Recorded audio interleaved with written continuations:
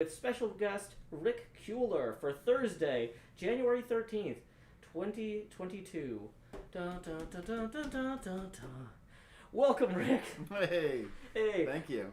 Glad you're here. Howdy, y'all. Joe Hill's here, recording as I always do in Nashville, Tennessee. Special guest, owner of the Game Point Café. Is owner correct? Co-owner, yeah. Co-owner yep. with the Bongo Java guy. Yep, Bob Bernstein, yeah. Yeah. Rick Keuler. He runs a gaming cafe here in Nashville, and he also helped. Were you all three of you founders initially? So Tennessee Game Days? in Tennessee Game Days, it was just me Okay. for the first 2 years, and then the third year I started to get some help. Yeah. So the founder of Tennessee Game Yes. Days. That, okay. Yeah. I didn't want to slight Russ and Bo. No. Yeah. That's accurate, I guess. Yeah. I should really do more research on this stuff in advance.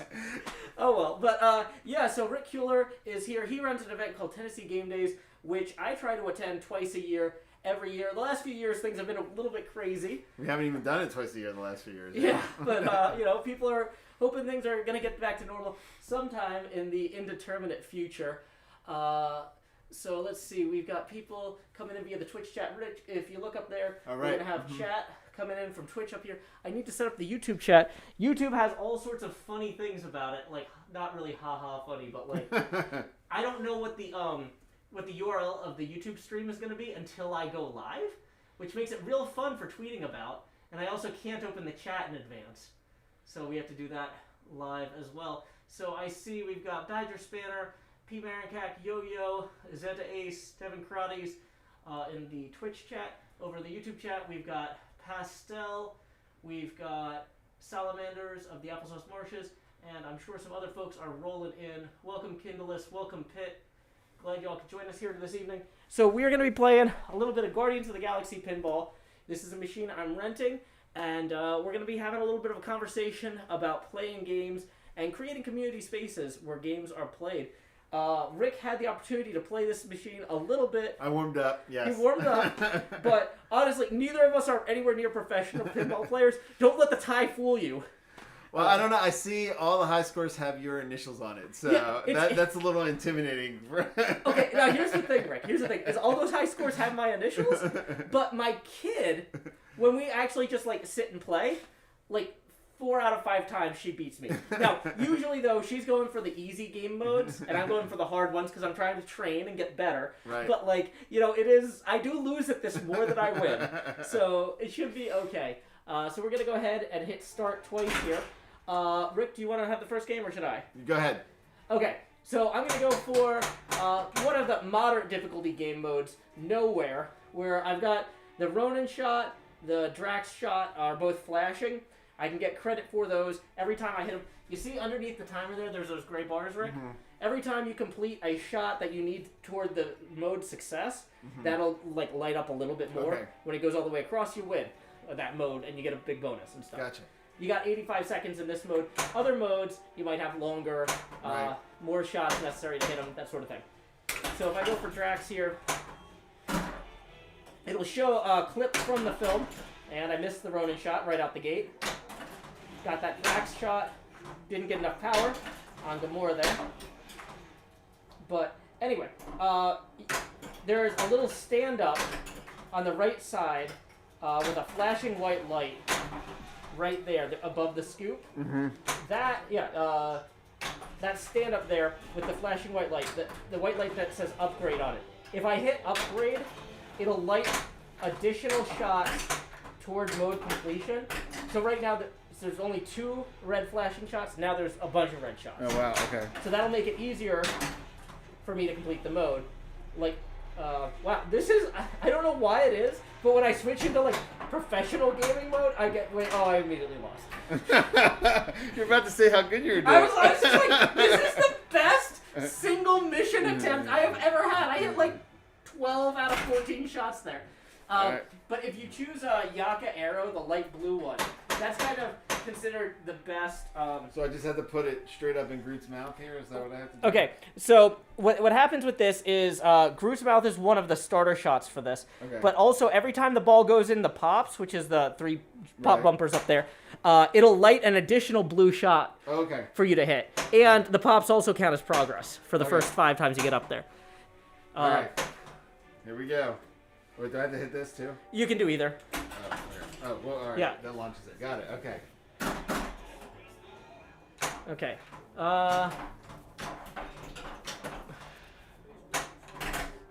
The top camera is blurry and your mic isn't centered that well.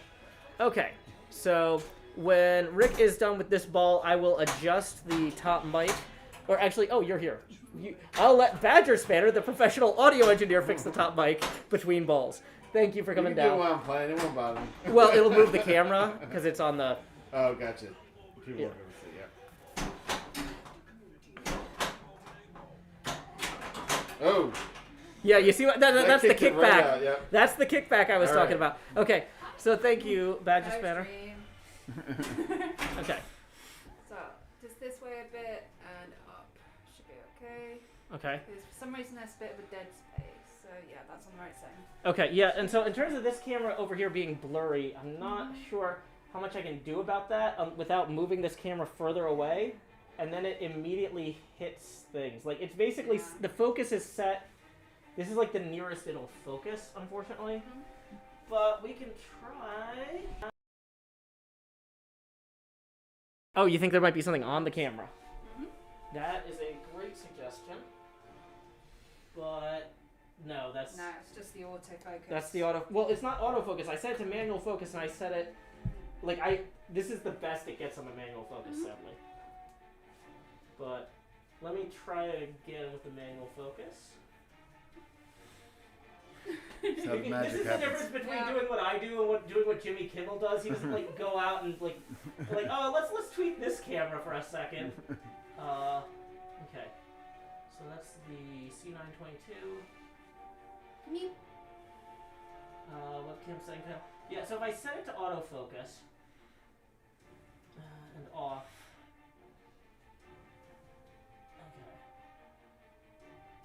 Okay. Yeah, it's really hard to say if there's any better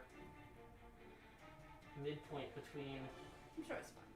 Yeah, I mean you can see the score. I wish it was better, but part of the problem is it's actually like zoomed in pretty heavily and cropped. Yeah, that might be it. It's just not a very powerful camera. Sorry, folks. Okay, so Right, It's- enjoy. thank you, Lauren, or slash Badger Spanner. Okay, cool. And yeah, let me know if the audio is coming through better now.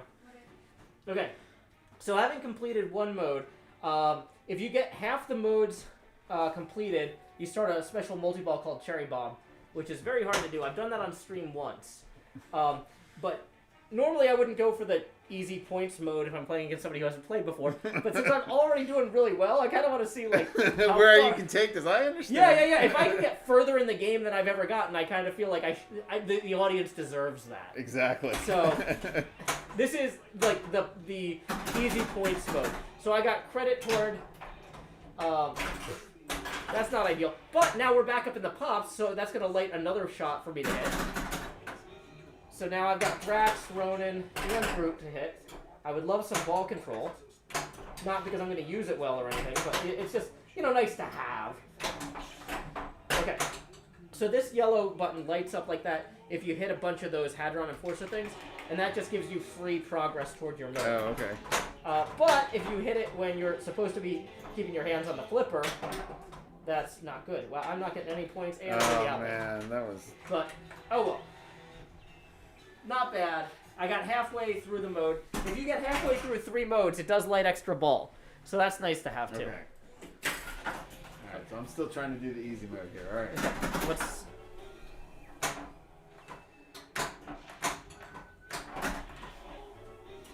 Thanks, Badger. Oh my goodness. Oh, it's. I'm still in the same.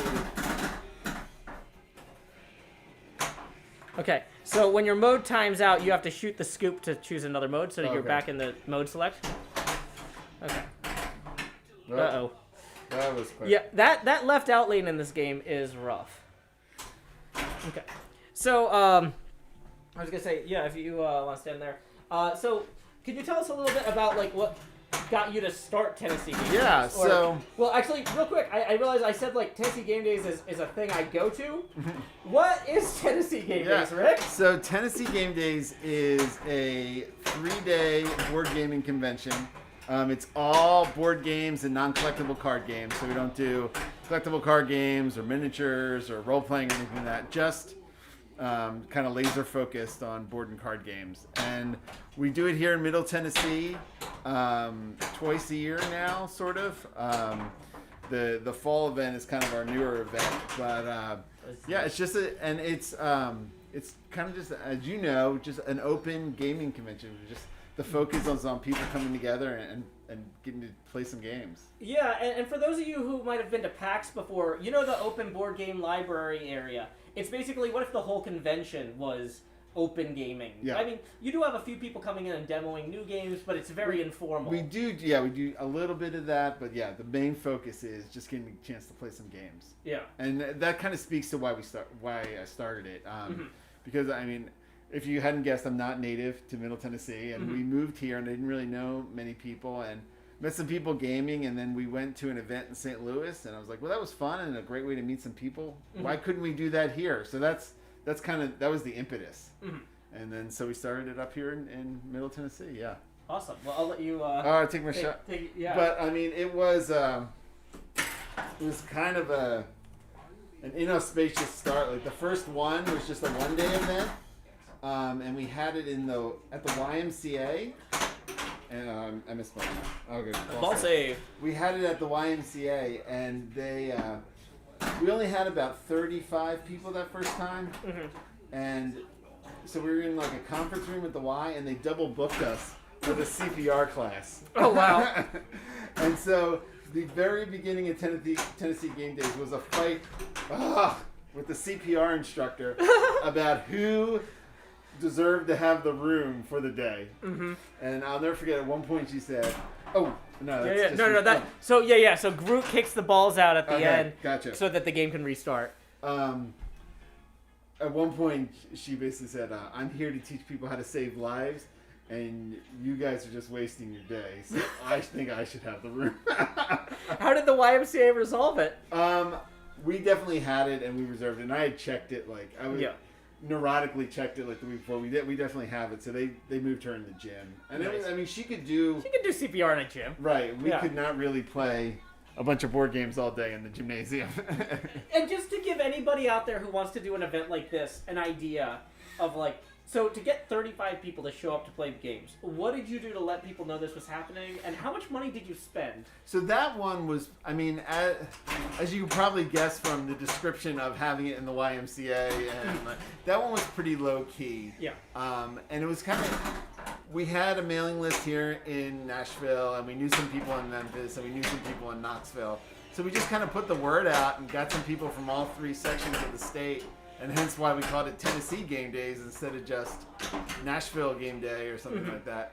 And then from there, definitely the people out of town said this was great, but we'd love it if it was longer, so that it would justify coming over for the. Because Tennessee is a long state. Oh yeah, you could be driving all day. Yeah. There we go. So the next year we extended it to 3 days and kind of went from there.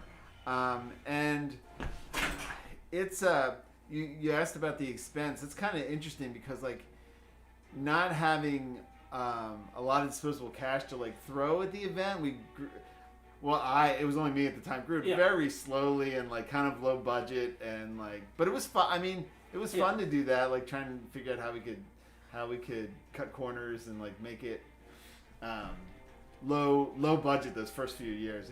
Yeah, well, and that's one of the things, I want to encourage people, like, as things start getting safer, people are going to want to get together and they're going to want to organize things, and like knowing like you could go to the YMCA and like would you say like under $100 you could? Oh, absolutely, because I was a member. We were members of the Y, so the room was free, and then I think we bought some snacks. Yeah. And like that was it, and like we brought everybody brought games, and like we just had a good time. So you definitely can do something like that. Yeah. On the low end. Now, if you're a student too, you can possibly get a room on campus or something absolutely, like that. Like like Rick was saying, I'm a member of the Y, so I could get this room. think about like what am I already paying for? What am I already a part of, and how can I turn that into right? And then so on the second year, we found a hotel that if some people booked rooms, gave us some space on Friday afternoon and Sunday, and then we found somebody in Nashville whose church was willing to give us the community center Friday night, all day Saturday night. So we tag team 2 locations. Wasn't ideal. Because how many? Well, I'll let you start. Oh yeah. But like, in terms of like board games, like when you guys set up, how many board games, like in terms of carloads or truckloads, are you bringing in? I would imagine moving between 2 locations would be a lot harder. At that point, it was still a lot of people bringing what they wanted to play, and like we didn't have a library at that point. People were bringing bags of games with them, but I mean, you get 80 people bringing a bag of games, and like suddenly you have like 200 or 300 games to pick from. Oh yeah, it's spectacular, and like. One thing I always love about Tennessee Game Days is that, I can always find something familiar but new. It's like, oh, I didn't know there was an expansion for that, or I didn't know that this company was making a new game, or, I didn't last very long here. That's okay. And I will say, like, the format for a stream like this is a little bit accelerated with just 2 people. Because, like, if it was, like, 3 of us, it'd be like I'd be talking to Bo while you're playing, and vice versa. We'd be kind of swapping out. And like if you guys were sitting there together, I'd pitch you a question for you to argue about, so that I could focus on it. Like I gotta win at pinball now. You guys argue about who had to carry the most stuff. No, I'm just kidding, but. Yeah, and it does help that because you guys were already, or because you were already a gaming enthusiast, like your collection, I think, last time I was in your home was probably 10 years ago. But like, I remember walking in there because as part of my job and your wife's job, like, and just seeing that huge, like, you had like a huge shelf. Yeah. Like garage shelving across the room practically type of thing. I was just like, wow, that's a lot of board games. So it has gotten more kind of polished and professional as the years have gone on. Now we probably, it's hard because of COVID right now, but pre-COVID we were hosting around 800 to 900 people for the event, and now we're in a hotel the whole time, so we can have a ballroom till late in the evening or early in the morning, depending on how late you stay up. Well, and I will say that hotel is I legitimately really am impressed by like the quality of the staff, and like the hotel bar is also a coffee shop, and so you can get coffee, like good coffee, super late because the coffee's open as long as the bar is open. You know, it's a great venue. We've enjoyed it. So that's kind of interesting story in terms of somebody that's thinking about this event. Thinking about doing an event. Like we have definitely evolved as kind of the years went on. Like I said, that first one was in the Y. And then we were in a church / hotel. And then then another kind of local person found us another church that was willing to let us use it pretty cheaply. So we had the event in another church for a couple years, and then from there, we made the decision to kind of jump to hotel space so that it could be 24 hours. It would be a little nicer, and the facilities would be a little more. Posh is the wrong word, but more comfortable. Yeah, well, and I will say, like, being in a hotel that has a pool, if you have a kid... Yeah, absolutely. Like, being able to take my kid to the pool, it's like, hey, because kids can't just sit all day. They need activity. Right. And I will say that's one thing that we've been happy about is we've been able to culminate, to attract a lot of gamer families. Like, it's not just... kind of stereotypical, just bunch of guys. Like we definitely have a lot of couples and a lot of families that come and play games together. So I think that's fun. And you're absolutely right. Being able to have the pool and stuff around to do is definitely helpful. But even once we went in the hotel, we were still all over the place in Nashville. We were at the Gaylord Opryland, and then we were downtown for a bit, and then about 5 or 6, well, I guess even more than that. I guess 6, 7, or 8 years ago, we moved to the Marriott where we are now, the Franklin Marriott, and that, like you said, that's a good facility. And it's a great facility. It's been good for us. Yeah, I got a funny story about that, so you can focus on this. So last time I tried to check into the Marriott, and I do want to iterate, or you say specifically, for folks who are traveling to conventions, if you can afford to stay in the convention hotel, it does help the people who run the convention, because that's part of how that room block, selling that out is how they get the ballroom space and stuff at a discount. Right. And so even though the first few years I couldn't afford to stay in the hotel, and I'm relatively local, now that I could afford it, I definitely wanted to get a space. So I go to check in. This is back to me. I dropped already. Sorry. No. Okay. So I go to check in, and I've packed, not exactly light, because it's within driving distance, right? It's not a flight. So I've got everything. I packed everything I thought I could carry in one trip to the desk. And so I've got a Beetlejuice costume. I've got a David Pumpkins costume. I've got several comedy suits over my shoulder. I've got a big thing of luggage. I've got a Costco cooler bag full of drinks. And I get to the desk and I'm ready to check in. And I'm like, hi, I'd like to check in for Joseph Hills. And they're like, would that be under Josephine Hills? And I'm like, no. It should be under Joseph. And I'm thinking, I must have been really tired when I was filling this out. And, a lot going on lately. I'm like, did I maybe, just type the wrong thing, or autocorrect got me somehow, or whatever? I'm like, no, it's Joseph Hills. Here's, because I just handed them my ID anyway. And I'm like, see, Joseph. And they're like, well, do you want us to correct that? And I go, if you want to bill my credit card properly, you probably should, yeah. And they're like, okay, you're on the 3rd floor, here's your room number, here's your card, or whatever. So I get in the elevator, I've got as much stuff as I can carry. I, way down at the end of the hall, and all these people are looking at me with this David Pumpkins suit hanging over my shoulder, which, if you're not familiar, that's a suit covered in jack-o'-lanterns. And, one guy's like, you go to a costume party? I'm like, nah, because it's not really a cosplay convention. Yeah. But the thing is, I had a few fans of my show who were going to be there, and, sometimes I wear this suit as part of the show, and people might want to get a picture or something, if you flew all the way to Tennessee from, Michigan or California or something to hang out with me at Tennessee game days, and you're like, oh, can I get a picture of you in that suit? I feel like I should have it as a courtesy. Right, exactly. And I actually thought about dressing up a little bit more crazily, but I was worried about scaring you off when you got here, Rick. So, anyway, I've got all this stuff, and I, unlock my door, and I try to, push the door open with my hip while carrying all these things and rolling the bag into my room. And there's 2 old ladies in there. Josephine Hills. And one of them is just like, excuse me, young man. And I'm like, I'm sorry, this is my room. And she's like, no, this is my room. And I'm like, well, I need to go down to the front desk and get this cleared up, because they just gave me a key. As you can tell, you didn't leave the door unlocked.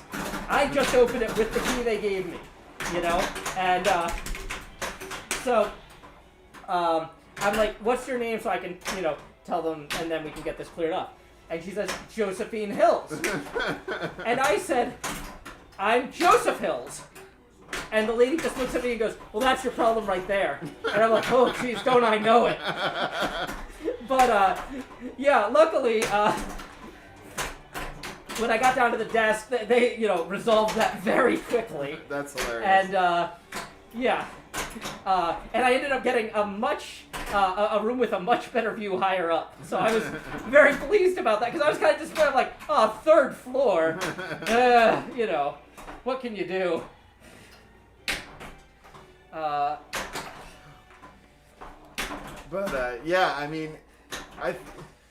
You're right though. If you can afford to stay on site, it makes it so much easier. Because even kind of us running the show, I used to just drive back and forth from home every night, and now I just stay on site because it's so much easier to just walk upstairs and go to sleep after being involved in stuff all day, and then being able to come right downstairs and get back to playing games or hanging out with the people you've met. It's so easy. Yeah. And even if you split it with a couple people or something, yeah. Yeah, and in previous years, I had occasionally split it. Like we had one room with like 8 people in it one year. Maybe not split it. That was like the everybody's out of college but hasn't paid off their student loans yet, type of year. But like, yeah, I will say it is really nice to be able to, like, I get really into certain games and get really competitive, and it just takes a lot out of me. I want to go take a nap for an hour or two afterwards. Well, yeah, absolutely. That's to be able to like retreat from all the sounds and sights in the middle of the thing is definitely a whole nother option.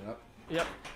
Hey. Well safe. Oh yeah, I forgot to mention, Rick, this is a weird thing I do. So I keep track of viewer support on an abacus here, because I used to use scratch paper, but it wasn't ecologically sound. So anyway, Kyle Valier, Tippin 20, says, been feeling bad with a 3-day food poisoning. Hope you're doing well. Hey, I'm doing great. We got Rick here. We're hanging out, having fun. Hopefully we can provide you some comfort. Also, let me go ahead. I haven't been pushing the tip link, so I haven't checked for tips either. But I should mention, yeah, tips are welcome via paypal.me/Joe Hills and YouTube Super Chat. So, yeah. Let me post a link to that, which I don't have copy and paste it. /paypal.me/Joe.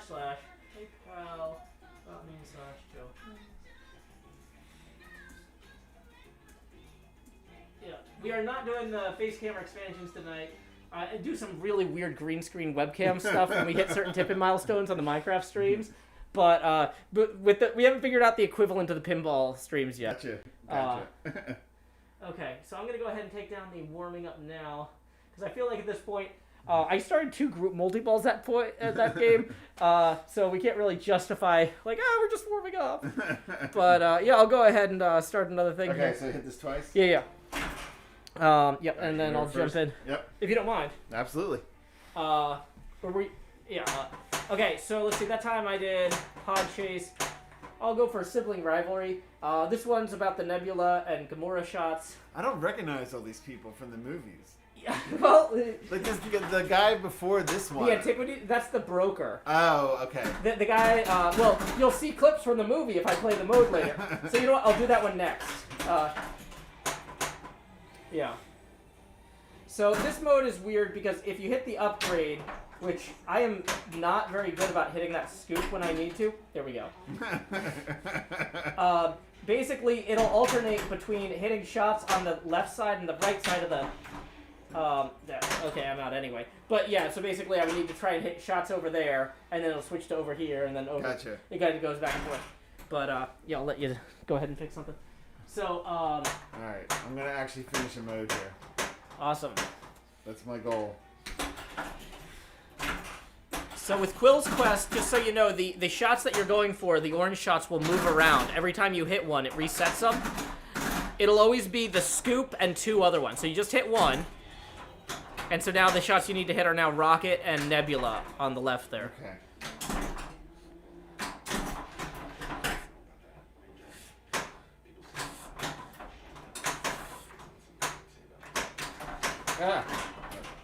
Almost. Saved it.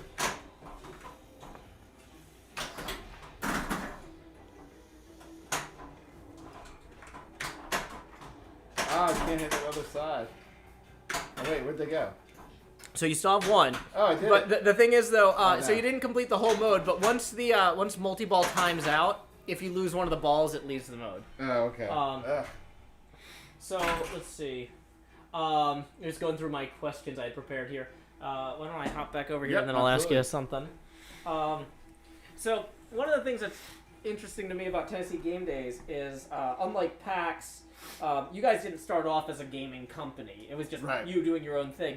Right. And you guys have a non-profit structure. Can you talk, is that like a formal non-profit? Yeah, so, I mean, so when we kind of, around the 3rd or 4th one, when we kind of stepped up from like just kind of doing in churches, and the idea we were going to start trying to grow a little bit, we incorporated as a nonprofit because a lot of what we're doing is, well, in the first few years we were trying to make ourselves a little nest egg in case one of the events went sideways, and then once we got that in place, a lot of the events we do now, or all the events we do now, are to raise money for things. So, the church we were in the third year had a food bank in it, and we actually did a food drive that year and the year after that. So since then, kind of our spring event has been to raise money for Second Harvest, which is a food bank here in I don't know how wide they go. Do you? I would say Middle Tennessee, as far Yeah. as my understanding of Second Harvest. Yeah. But I haven't really kept up with them. So each spring we raise money for Second Harvest, and then when we started the fall event, we did that in conjunction with Extra Life, which raises money for children's hospitals. Mm-hmm. So our fall event is kind of our Extra Life event. So now that, so basically, oh man, I am not very good. That's okay. I'm not very good normally either. I'm actually.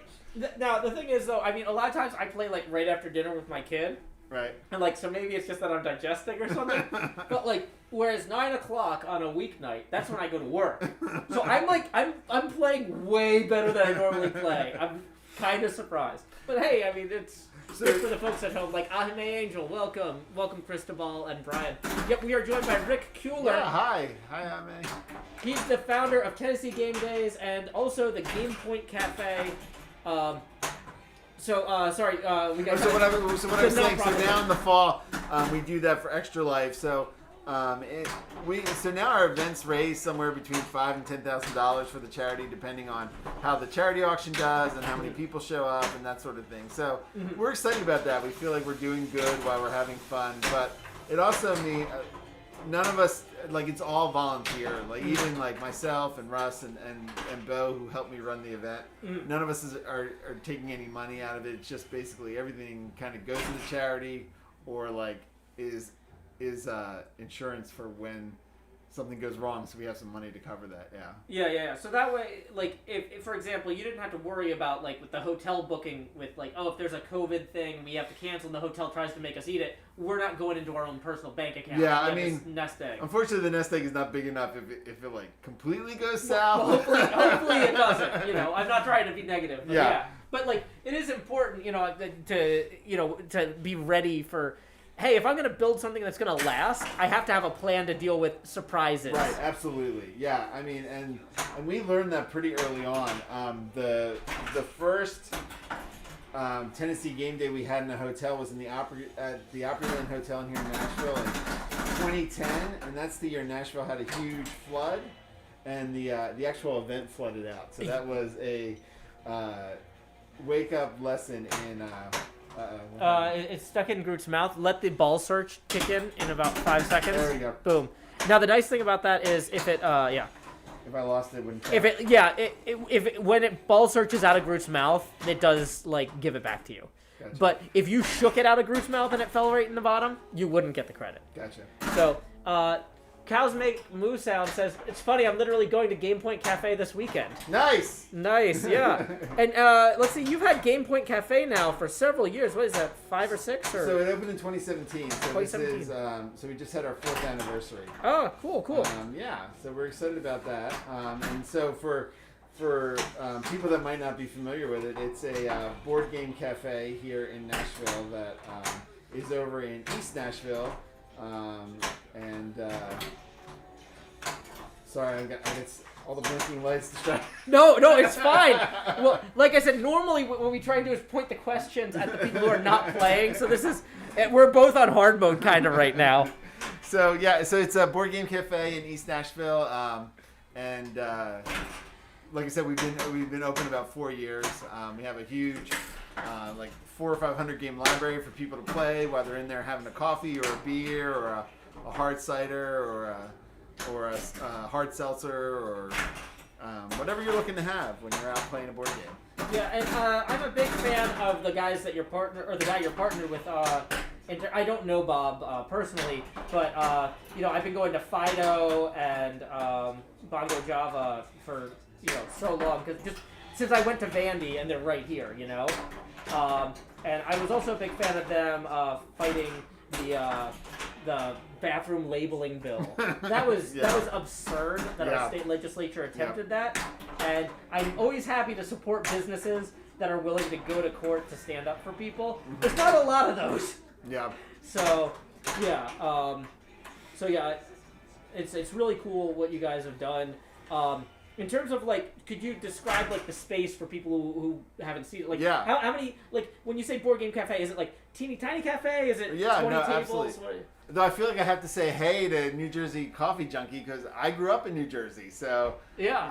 New Jersey represent. Yeah, NJ is actually my project manager. Okay. And we were trying to get her down here for Tennessee Game Days this time.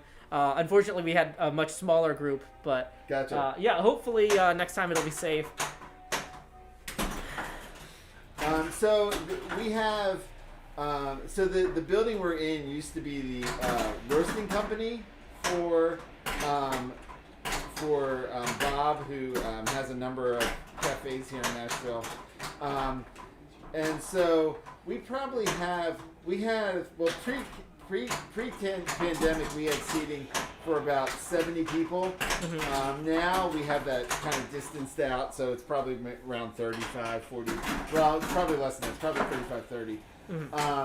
And so we have seating for about 30 people. We have a small game retail area that has about a couple hundred titles that people can buy and take home. And then we have the game library, like I said, that's I think right now about 450, 500 titles. Well, I gotta say, I didn't realize until I was like looking at Game Point Cafe before having you over here, and looking at the website. I didn't realize that you guys had that gaming shop because, like, normally if I wanted to shop for Christmas gifts for games, I'd either have to do it at PAX Unplugged in Philly, right, which is in December of every year, right, or I'd have to drive out to like Hermitage or something. Right. There's like a few game shops, but they're right, more in the game shop district. Yeah, because that's where the real estate falls off price-wise, and you can afford to have a shop that sells Magic cards. Right.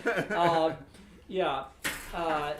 I had no idea there was something like that in East Nashville. I don't personally get over to East Nashville very often. Right. I try to live like as pedestrian scale of life as possible, even though I have a car. Right. It's like 13 years old, and I don't want to push it, you know? I hear you.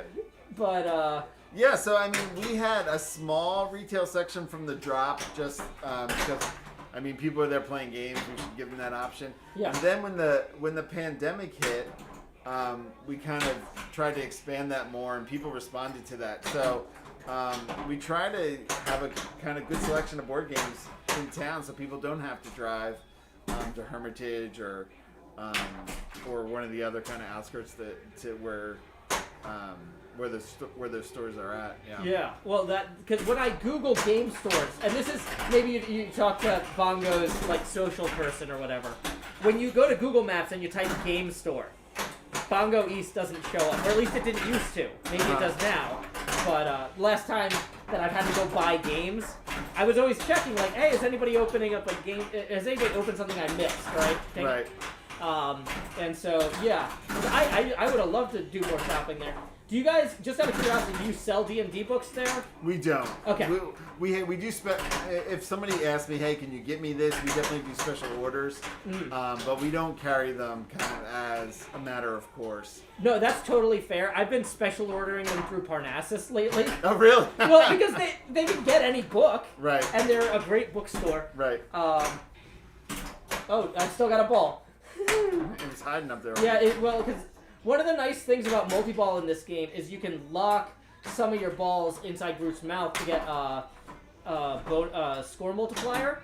And so instead of having 5 balls bouncing around, you get 2 of them up there, you get 3x scoring, and then you got more manageable numbers of balls on the table. Right. Like, this is a shockingly well-designed machine. It's really cool. The one I used to play in college was a Star Trek Next Generation that was like this, and it had a big board cube in the middle and stuff, but it broke all the time. Have you been out to Game Terminal yet? No, I haven't. Because if you and your wife used to play a lot of pinball together, it is the nicest arcade I've ever been to. I've heard good things. They have over 90 pinball machines, and the drinks are good. The food, they bring in food trucks, and it depends on the night which truck is there. Now, you don't go to a food truck to order. Like, their waiters will set. Basically, they're using they're using the food trucks as a kitchen, basically. Right. But so every night they have a different menu, and you don't know until you get there, because they don't answer their phones, what food you're gonna get. So I would maybe eat before I go. But yeah. Rig digs. What exit? I was way down south, like exit 2. Yeah. Okay, let's check, make sure we haven't missed any tips here. Nope, we're all good. Cool. Boom, boom. So yeah, I was playing Antiquity Shop. This is the broker who. Okay, I do not remember this scene at all. So Quill tries to go sell the orb and complains about Ronan. Is this the first one? This is in the first one, yeah. Yeah, I can still want to have seen that. That's fine. I rewatched it when I got the machine, so I would, So you know what was going on? Yeah. And then I immediately regretted it because I'm like, oh, all these scenes are in here? I watch these scenes 10 times a night now. It's funny because when I first got the machine, my kid was just like, I don't know. You're going to be better than me at this, blah, blah, blah. But once she realized that, like, me practicing the hard modes, she could beat me on score if she did the easier modes. She's like, oh, okay. This is a way I can play a game that I can beat Dad at consistently. Yeah, I'm all in. Also, we're looking at going to a pinball convention where they've got a kids and parents tournament. Oh, cool. Where the kids play balls 1 and 3, and the parents plays ball 2. That's cool. So yeah, it's gonna be kind of fun. My dad and I went to. I'm about to date myself. Extremely, but my dad and I went to an Atari 2600 tournament that was like that. You played Pac-Man, and one of you played the first life, and one of you played the second life. Oh, nice. There's nothing new under the sun.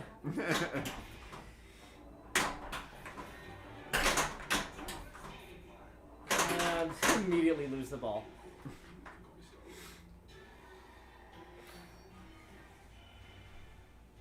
So it's to you. Oh, and we're so. I thought we were over. All right. Nope. You're still second have a player. chance to You redeem still have one myself. ball. You can bring it back. All right, here we go. Flannel Chip says you go to Vegas at the Pinball Hall of Fame. Is that still open, or is that the one that shut down where they sold everything at auction? Maybe that was the. I feel like that was either the Pinball Hall of Fame or the Pinball Museum. I don't remember which one. Cows Make Moose Sound says just moved to Tennessee. You guys are giving me a bunch of places to add to my list. Awesome.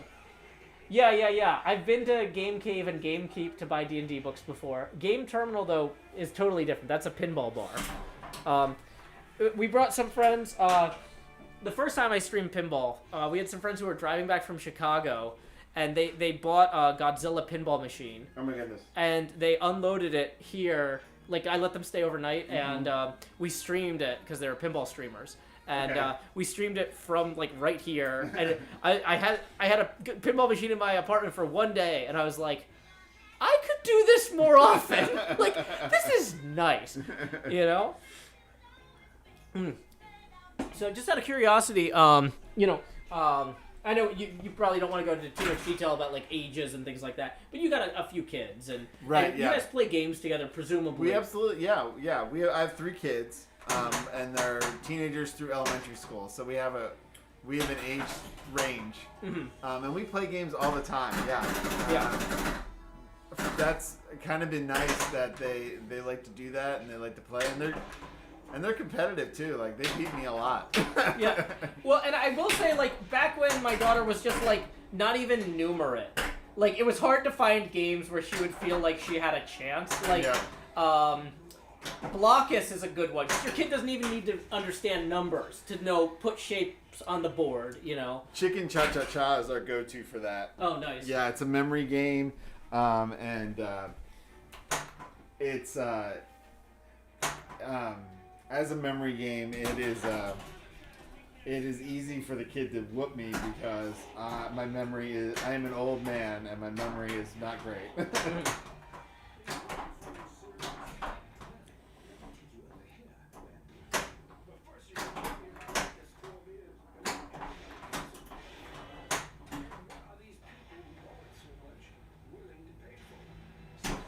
Whoa, that comes out fast. Yeah, now be careful. When the ball comes out of the orb, it activates a magnet. You'll see what I mean. Oh, no, you got it up in the pops. I thought you had it in the orb. Yeah, I saw that happen.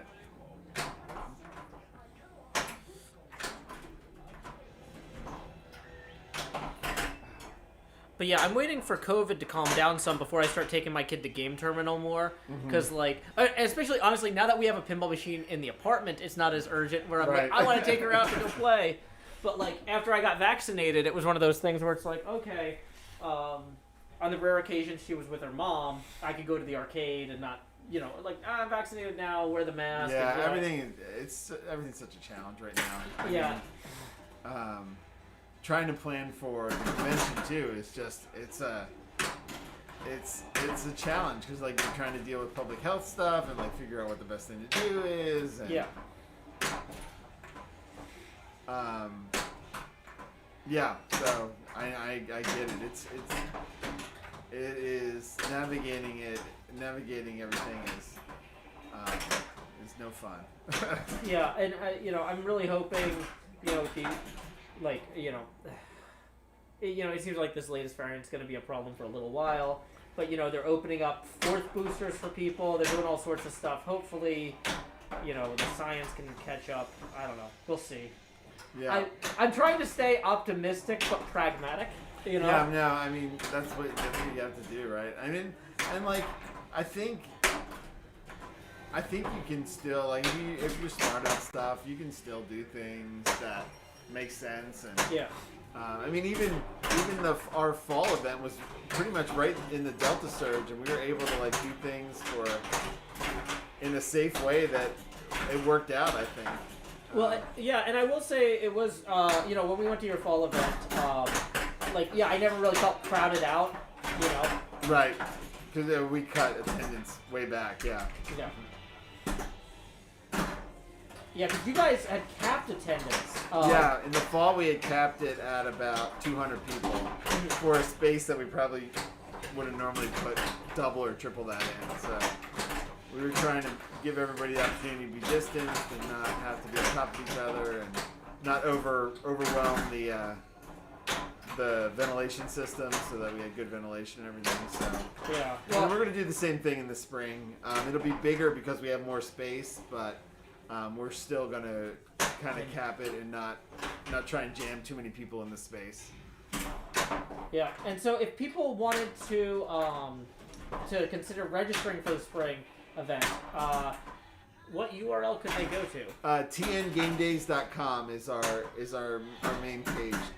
So TNGamedays, all one word, .com, and then from there there's that's a splash page for the spring and the fall event. So it's pretty clear which one's which. Mm-hmm. And the hotel block is open until mid-February. Yeah, right, that's for people correct. to sign up. Yeah. And that was one of the reasons I wanted to get you on here so urgently was because I didn't want to miss that window where people were like, "Oh man, you bring this guy in right after they stop selling hotel rooms." Exactly. Yeah. No, the block's open to early February, and for people coming from out of town, the block's good for the day before and the day after in case they want to make a vacation of it and spend some time exploring Middle Tennessee. And then we do, for those people staying in the hotel and volunteering for the show, we do kind of like a Thursday night kickoff. So like the convention actually starts Thursday evening for those people, and like they get an extra 12 hours of getting some board gaming in. Nice. Why? Oh, whoa. Oh yeah. So when you get the mode select from the scoop, it does have a timer on it. Oh, I didn't realize I had it. Oh, yeah. Does that mean I had finished that mode? No, that meant you timed out the mode, so you see how it has a timer right, it up only there? has like 40 seconds. That's right. Yeah. And so then you got to shoot the scoop to restart the mode. Gotcha. But yeah. Okay. So here we go. I didn't even get halfway on this mode. I was doing great earlier, but that's fine. That's part of the pinball experience. Oh boy.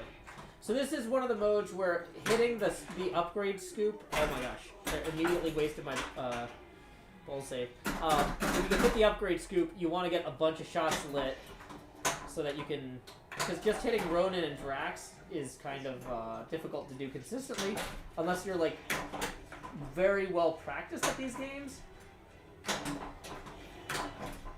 Like one of the things about the way pinball machines are designed is if you hit the shots you're supposed to hit, the ball won't bounce into the outlays. But I'm not good enough to consistently, like I was trying to hit the scoop, nope, bounced into the outlay. I didn't hit the shot, so there it goes. So I'm trying to get to the point where, if I always hit what I need to, I'll never have to worry. So let's see. Yeah, I went ahead and posted that Tennessee Game Days link, spring awesome. index there. Ashley Dawn says, Joe, your hair's getting long. Ah, thank you. Burko Bird says, I'm loving Joe's suit. Well, this isn't really a suit. This is just black denim and a shirt with a tie. But I appreciate that you think I put in more effort than I did. Okay, shoot, saved it.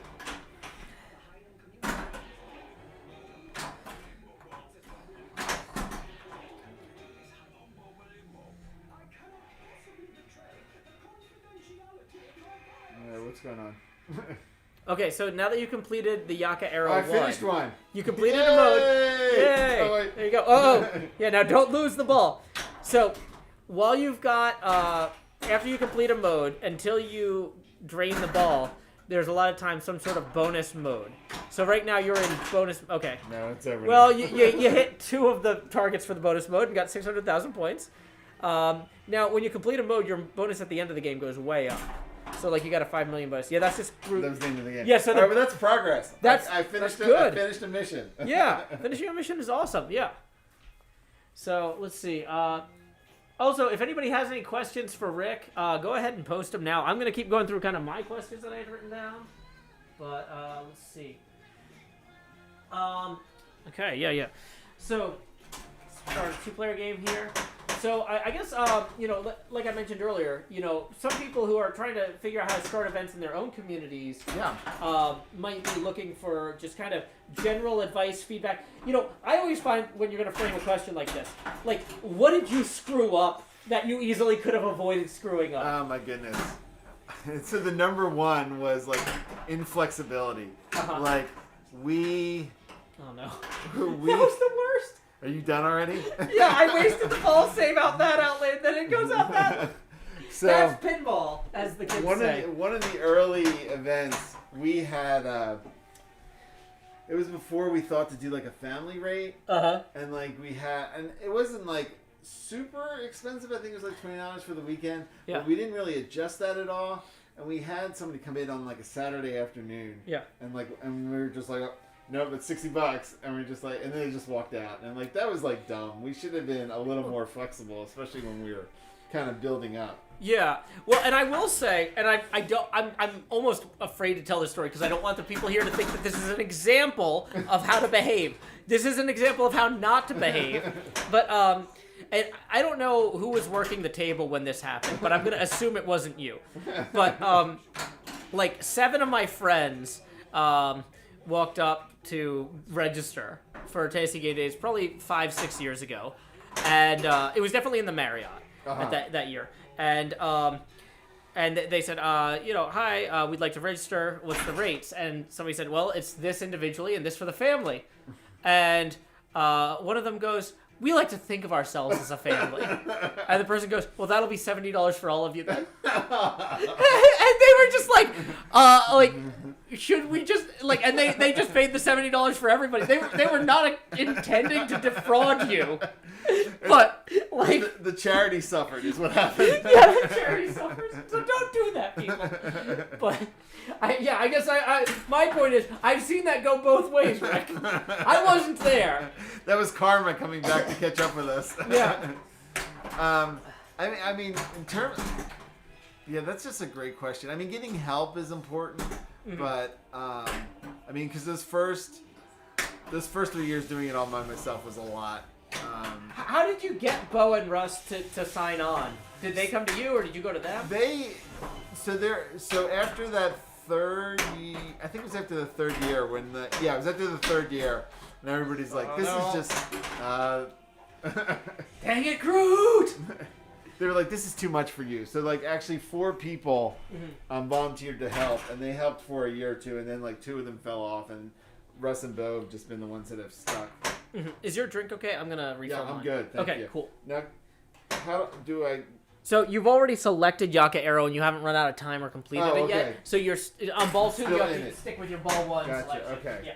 Be right back. I mean, actually, I can hear you, but they won't be able to hear me very well. So. Gotcha. All right, let's see if I can finish this for once. Nope, that didn't work. Oh, so bad.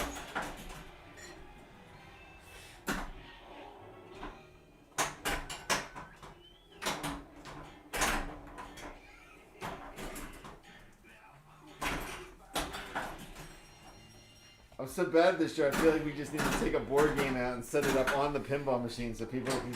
Oh yeah, we could totally do see that. I'm not. I actually do have some gamer credit to myself. Oh, honestly, I thought about, and I said this to Rick privately before we started. I thought about saying, hey, Rick, Russ, Bo, the three organizers, hey, come on over and we'll all play a board game together. And I was like, you know what? Maybe only one of them can make it with COVID going on. It might be hard to get a group together. And so I was like, yeah, you know what? I got this pinball machine. We'll just invite them over to play pinball. That scales up and down. But I would love to have you and the others, if possible, on sometime. So, yeah, I got this table recently for, streaming and gaming. And well, I mean, we also eat dinner on it, so I can't write it off as a business expense because no IRS guy is going to look at that table and go, you clearly don't eat dinner. It's like there's placemats. It's like, oh boy, I'm in trouble.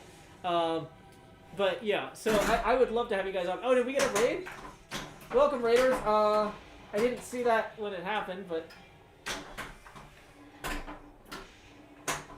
sorry, I was refreshing my drink. Howdy, y'all. Joe Hill's here. Welcome, Raiders. Glad to have you. I am joined tonight by Rick Keuler. Hi, everybody. He's the founder of Game Point Cafe. Wow, you're beating me this time. Look out. Look out. Yeah, my ball too. Distracting you when you're. Yeah, you're 2 million ahead of me. But let's see who. Fliptronic rated with us a party of 21. Howdy, Fliptronic. Welcome, Jordan and Becca. These are the folks that brought the Godzilla I was telling you about. Oh, right. Okay. So thank you so much. Yeah, sorry, I was just getting another drink. But yeah, we're hanging out and we're talking with Rick about running gaming events in your community or creating gaming spaces. So when you opened Game Point Cafe, you had the benefit of working with somebody who was already a cafe owner. Right, and we also had the benefit of kind of sharing space with an existing cafe. So it was a lot easier to get that endeavor off the ground because of those two factors. Yeah, you still got that one ball in play. Now you're gonna have to restart the mode by shooting the scoop. So So you shot the scoop. So now if you want to restart the mode, yeah, you just hit the button. Okay. Now it's gonna shoot right out the scoop. It doesn't go back to the shooter lane. I need to get it up there. Almost.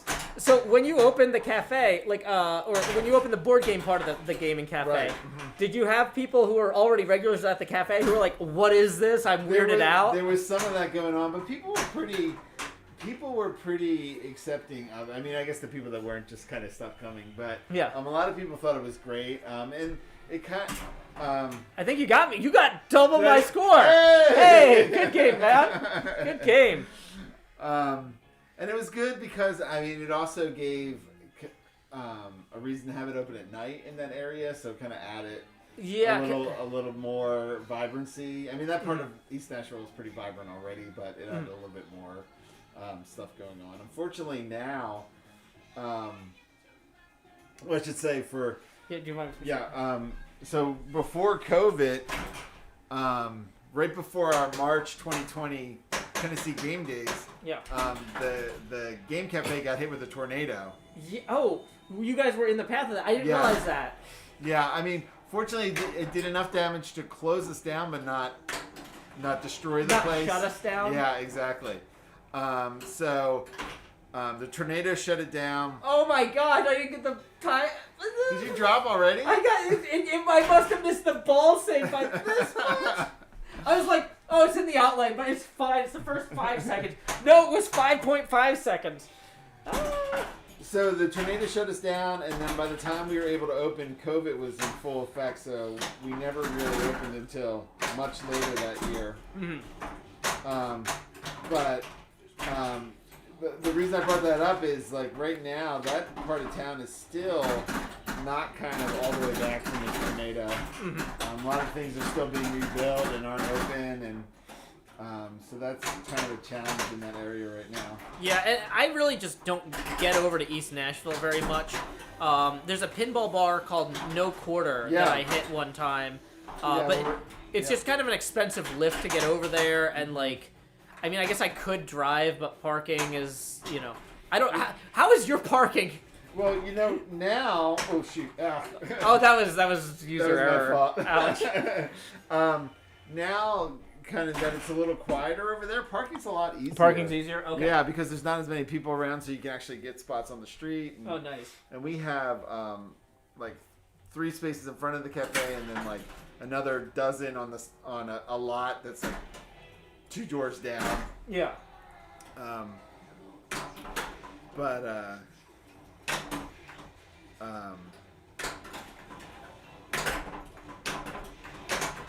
No. Did I do it again? Oh my goodness, Joe, what is going on? Woo! This is, you know, and I tell my daughter this, and this is one of the reasons I think pinball is good for kids to play. I say, sometimes you just have a couple of bad balls in a row. And it can happen in casual play, but it can happen in a tournament too. You gotta always come into it with a mindset of, I'm gonna bring it back. You know what? I'm gonna recover from this. You know. Oh my goodness! You rubbed off on me. Oh no! I just did the same thing. Ouch. A double Manu. Manu is another pinball streamer. Burko Bird says, did you two meet through Tennessee Game Days, or did you know each other before? So I actually met Rick's wife through work at one of my first jobs out of college, and Rick was around a lot, and so we kind of hung out Being a little married, bit. I was there. Yeah, I mean, I don't know how much detail we want to go into, but yeah. It's all on the internet. I mean, Oh, that's true. I mean, I built the part of the internet it's on.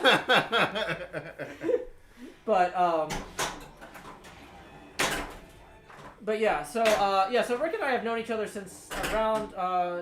Were you guys one of the first? We were the first to come in 2011. Yeah. So my family lived, if anybody's kind of curious, like, what are they talking about? My family lived in a college dorm as like a faculty family for a number of years, and that's where we met Joe. Yeah, because I was working for the university building websites and stuff, and I would go and do video shoots and photo shoots and stuff like that too.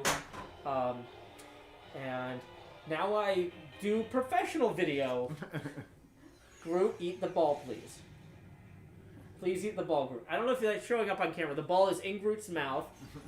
The ball search is going to trigger, and... Okay, he ate it. Sometimes he spits it out. Whoa! He spit it out.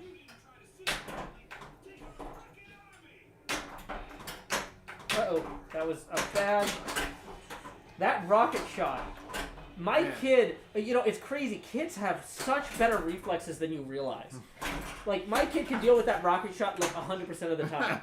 Every adult I've ever seen at this table, except for like a professional pinball player, like in a tournament, it's half the time you lose it. But it's funny because a lot of the top tier pinball players now are under 18.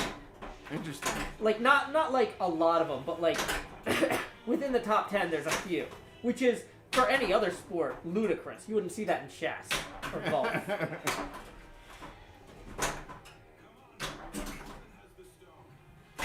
Okay. It's a very snazzy shirt. Thank you. People love that shirt, man. Yeah. Well, the funny thing is I wear it on stream all the time, but I'm normally in front of a green screen, and so they can only see the tie. So you guys have seen this shirt before, you just haven't seen it.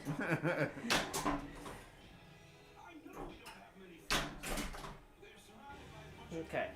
So we got the group multi-ball. It would have been nice if we were in a mode when we started this, but you know what? We got a few things going on here. So you can actually win the group multi-ball if you hit all the green targets enough times. I've only done that once, because it's a lot of time, and it's a lot of targets. And usually I'm just trying to keep the balls from draining. I say draining the ball. Uh-oh. Now, if you get mystery while multi-ball is active, mystery will do something random usually. But if multi-ball is active, it always does add a ball, which restarts the timer on the ball serve, or not ball search, the ball save, and gives you another ball. So that's a pretty good one to have hit. Uh-oh. Dang it, there goes that.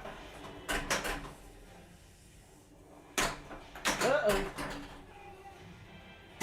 So there's a concept in pinball called ball control that many viewers will recognize I don't have right now.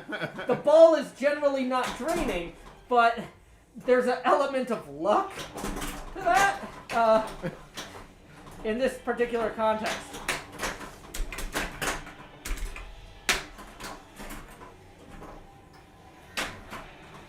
You're making the most out of this third ball, my man. This is the same game where we had like the worst first two balls, right? Yeah. I was telling you, you gotta be ready to turn it around. You can't go into ball 3 thinking about ball 2 and 1. I had totally forgotten this was the same game because I can't. This is why I'm so bad or good at games like what do you call it, Among Us or poker, because I don't remember what I have. I can bluff anybody because I don't know what's going on. Okay, wait. So when Groot starts opening and closing his mouth like that, I think we might be actually about to beat this mode. If we can get the ball in his mouth. Uh-oh. No! I just lost it. Ah. That's okay. So we need to get the ball in the scoop now so that we can restart a mode. Or we can lob more balls in Groot's mouth. That's fine. Hey, welcome. Glad you could join us. Thanks for joining us from the raid. Uh-oh. Oh, no! Still, you know, Wow. That was a pretty impressive ball. Yeah, yeah. I'll take it. All right, so I just need 127 million. Yeah. But hey, okay, in fairness, I had 4 million when that ball started. Okay? So, you know what, Rick? If you get 124 million, I'll still be impressed, I promise.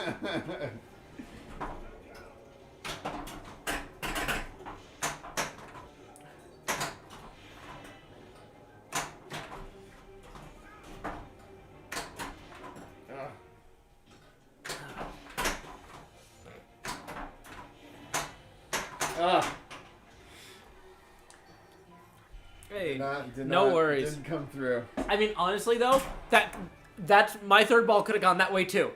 You don't know. That's one of the things I love about the game is there's randomness in all sorts of board games or whatever, but like the dice are usually constrained to like it'll be a value between 1 and 6, right? Or you'll get 1 of 50 cards. The mechanisms in this are so physical, right? Anything can happen. There can be a bounce, a spin. Like, there was something where we had one of these lights started coming off, and we had to like fix it. And at one point when we were fixing it, a tiny bit of dust got in this lane here. Mm-hmm. I don't know if the viewers can see where I'm pointing, but yeah, a tiny bit of dust got in this lane above the right flipper, and the ball just started stopping. Really? Yeah, and you would think like a tiny bit, like a dust, like a little fuzzball wouldn't stop a ball when it's already going down that late. Yeah. It does. That's interesting. And so there could be the tiniest, slightest imperfection of the table, temperature changes. That's another thing is pinball games that have just been turned on. This is more noticeable in the old ones, but like as the lights light up, they heat up the playfield, and imperfections can change shape. Oh my goodness! Like it's. So you one of those. Don't worry about that with Catan. No, but that's the thing. Like when I win at pinball, I'm happy I had a good game. But when I lose, I'm like, I got to play some pinball. Hey, welcome, Lizzie Mack. Wilt. Sorry, I misread your name earlier because we've got like a TV up on a shelf over there. Rick, as you can see, this is kind of a very makeshift setup. Yeah, like when we. So my original plan was to try and get a pinball machine by like mid-December and try and have all this stuff set up to film and stream. Mm-hmm. And one of the guys I was working with got me the machine way earlier. And so then I had to frantically like, okay, we got the machine. How do we make this happen? How do we get everything else set up? I thought the hard part was going to be getting the machine, which objectively was very difficult. Like, I did have to drive to Georgia and like... That might be the first time I've left the state in like 2 years also. Yeah, I hear you. Like, I'm trying to think. You asked me before, like, mistakes that, like, to try and avoid, and Yeah. I've been trying to think about that while we've been playing. And I think another one is, like, is not to try and do too much all yourself. I think that leads to burnout pretty fast. Well, and I think one thing that jumped out at me is you're talking about how your first Tennessee game days was 35 people in a YMCA conference room, right? So don't go out there, folks who go to PAX and say, I want to create my own PAX in Pittsburgh or in Sheboygan. Say, how do I get 35 people in a room together? Where can I rent a room with 35 people? Maybe the local VFW? I guess, you know, like there's places that you can rent, you know. And that kind of dovetails with like, think about what you want it to be, and that's something we didn't really kind of think about for a while. Is like, what's my goal here? Like, what do I want to eventually create PAX, whatever town I'm in, kind of thing, or is it? Does it have to keep growing for growing's sake? What are you trying to do? I think answering those questions helps a lot in terms of like making decisions about where you want to look for a venue and how. Sorry, I got distracted by the ball. No, that's part of that's part of the fun of this. Is it kind of like, even though it's kind of an interview format, like if it was just you and me on a couch with cameras and mics for 2 hours, it would feel like way more intense. Oh yeah, absolutely. Or like if I had like a Jimmy Kimmel style desk and you just had a chair, right? Like that's it's not what I'm going for, you know. But thinking about what you want the event to be helps you kind of like make a lot of decisions along the way. Absolutely. And it's another another kind of thing we it took us a long time to learn, but if you want kind of consistent growth, the key is to pick a time of year and stay in that time of year and do it kind of the same general area. Like doing it early. Once we like picked early March and stayed in early March, then we just kind of saw like consistent growth every year until we kind of got to the point where we had to retard that growth a little bit because it was getting out of hand. Yeah, like at a certain point you need to say like, is the event we want to run this big? Yeah. And so how do you slow down growth on an event when you that's one of those good problems to have, but I'd love to hear how you approached that and what you guys were talking about. Well, you know, we were debating. I mean, after we were saying that we were going to need to figure out what to do after March 2020, because we figured, okay, March 2020 we will not outgrow based on kind of historic growth numbers. We had enough room, but after that we were like, oh, then we're going to have to rethink it. But then a global pandemic took that decision out of our hands. So, I mean, one way to do it is just capping attendance, right? Like setting out a number of tickets, and like that's all we have.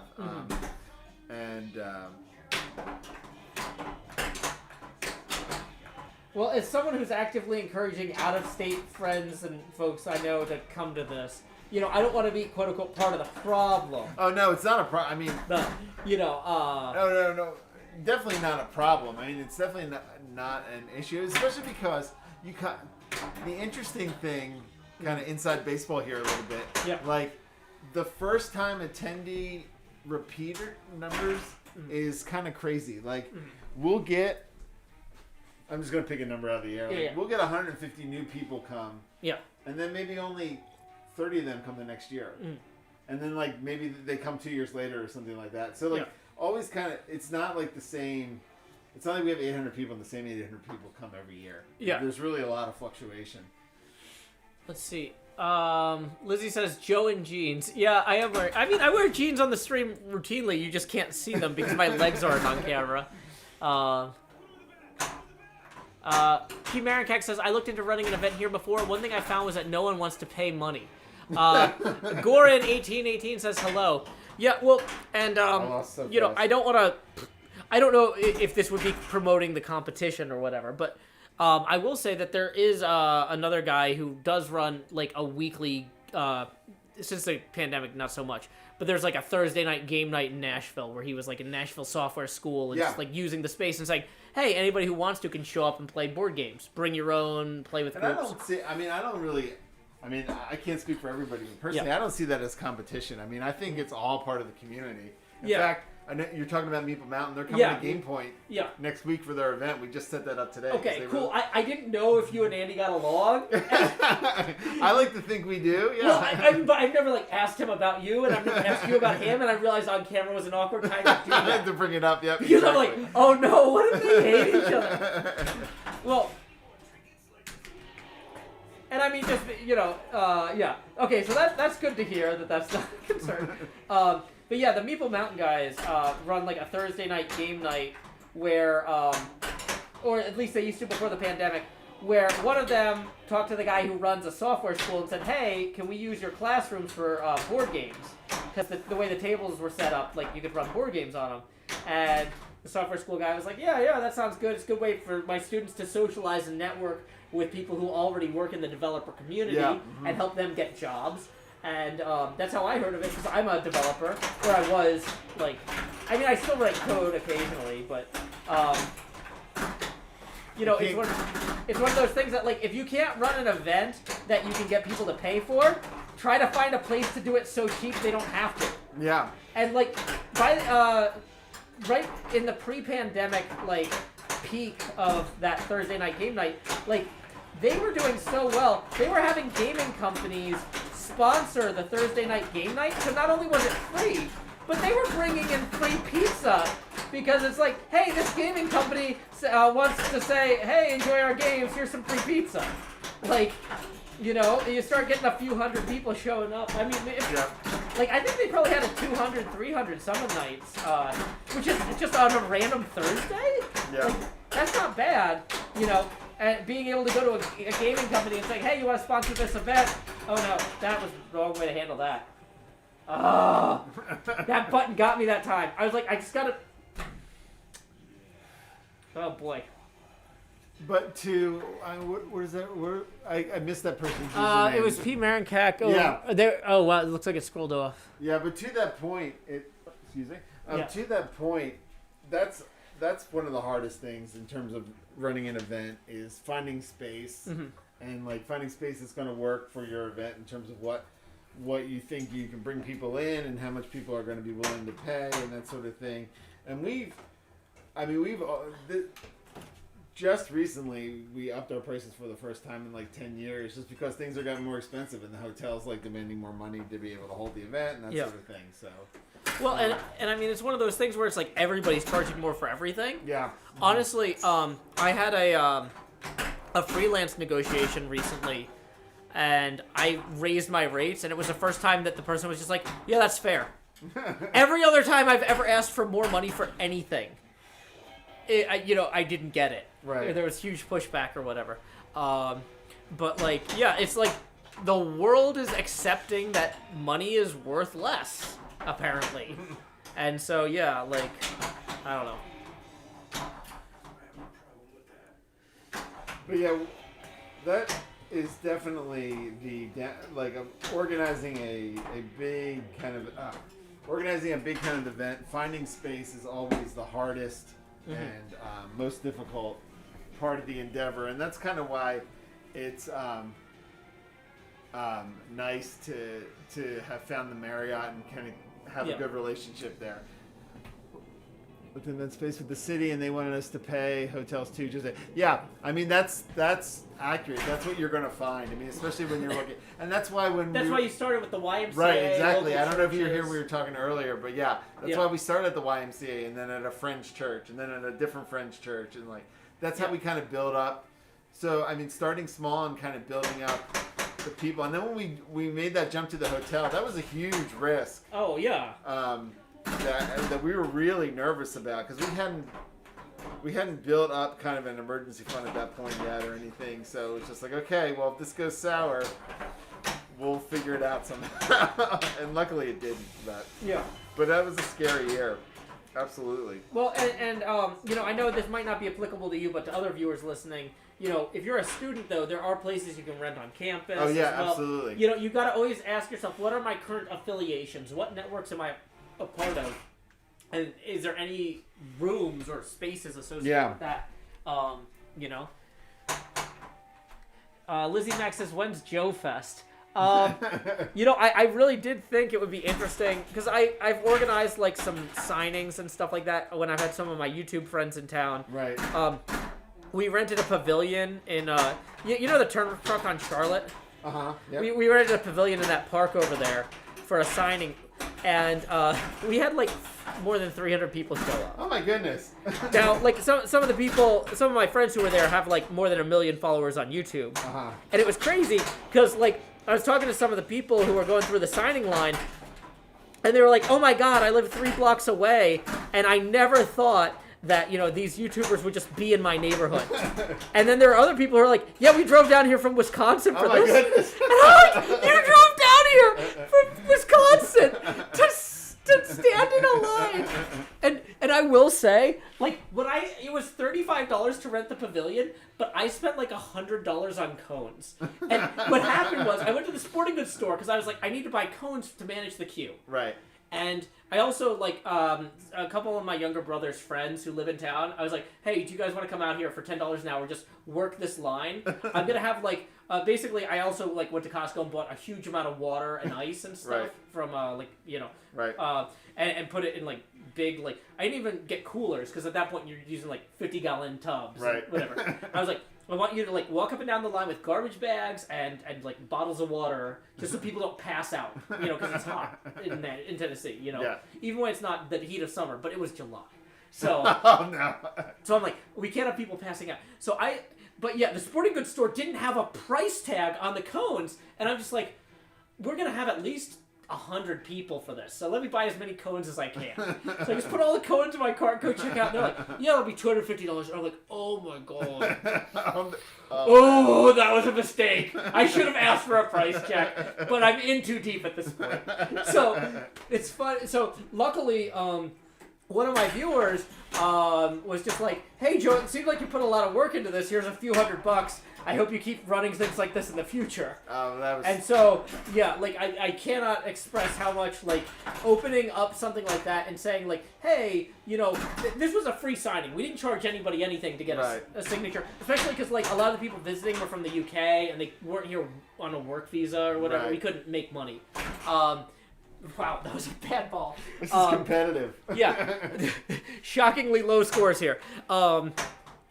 But I'm yeah, trying a new one here. but yeah, so that's one of those things too, where like if you run an event, it's okay to say, "Hey, I'm gonna pay for some of this out of pocket," but if anybody else wants to chip in, like, we're trying to run an event that's free for everybody or cheap for everybody, but we'd be happy to have certain sponsors or backers financing it,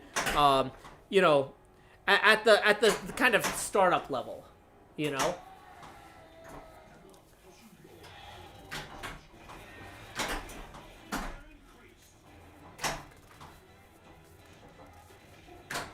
Oh my goodness, I hit Vernon. Daniel Chapieski says I should have used chains instead of cones. That many feet of chain would have been a lot. Like, so here's the thing, is we had enough cones for the first 200 or so people in line, and then the rest of the line just went out into this field.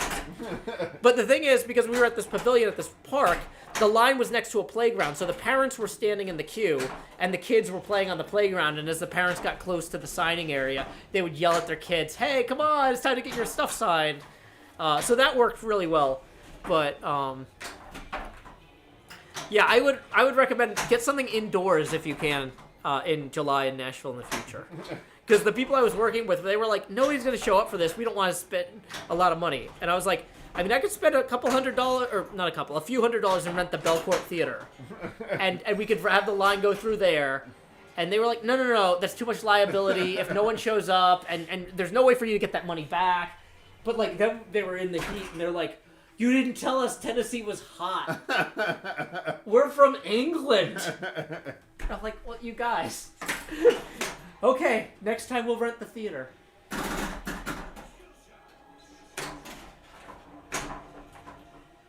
Okay.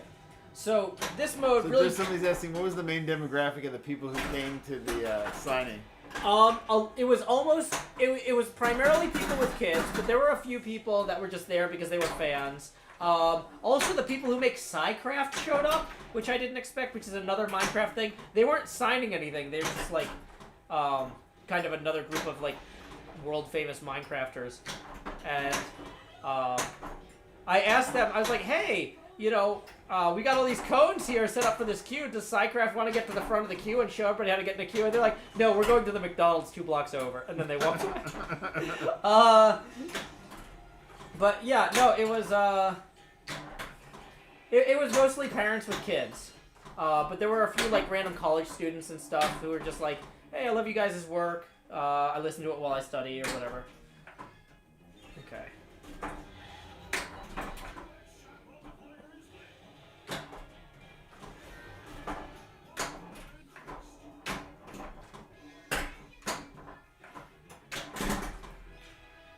We haven't got orb multi-ball this this session, I should say. If you get the orb target 3 times, it starts a multi-ball mode that's kind of different from group multi-ball in that it creates a hurry up, which Rick, you played a lot of pinball back in the day. But for the people who aren't familiar, a hurry up is when you have to hit a shot quickly, and so basically when you trigger the multi-ball start, it has a hurry up on the orb shot, counting down from 2 million points. And the faster you hit that hurry up, that score, or that countdown, is whatever the jackpot is for that multi-ball mode. So if you hit it right away, every time you hit a jackpot in that mode, you get 2 million. But it could be as low as 500,000 if you're slow. I do have a bunch of cones for next time. I have so many cones now. There was some ice on the street the other day, Rick. Because you know the people with the gutter who drains into the street? Yeah. Mm-hmm. Yeah, I was like, should I just put some cones out there? And I was thinking, like, I should put my name on them so I can get them back later. And then I was like, no! I have so many cones. If somebody walked off with these, I would be better off for it. But yeah, we've had some cold weather here in Tennessee lately. Yeah, we had a good snow, which almost never happens. Yeah. Do you mind if I run to the restroom real quick? Yeah, absolutely. Cool. Be right back. Okay, stream, what secrets do you want me to tell you about Joe while he's gone?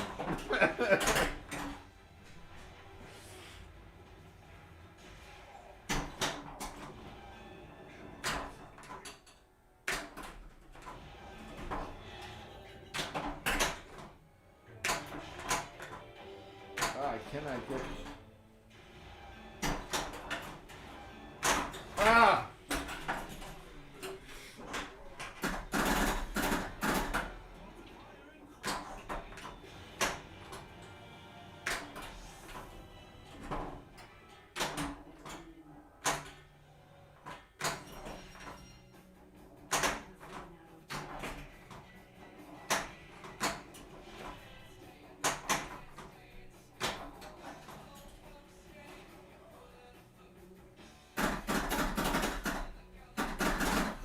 I'm glad you didn't immediately drain, because I didn't want to leave you, like, not doing anything.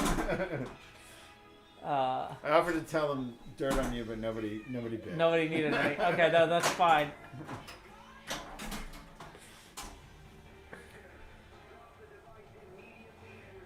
What is going on right now?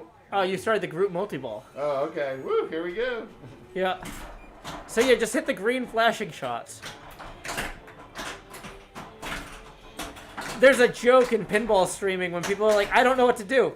Just shoot the flashing shots. But it's true! Like, that's how you get points in the game.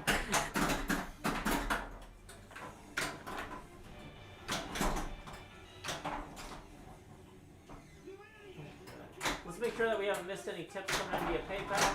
Nope. Whoops. I have the Tennessee Game Days thing on my copy and paste, so we're going to post the Tennessee Game Days link again, and then I'll post the PayPal link.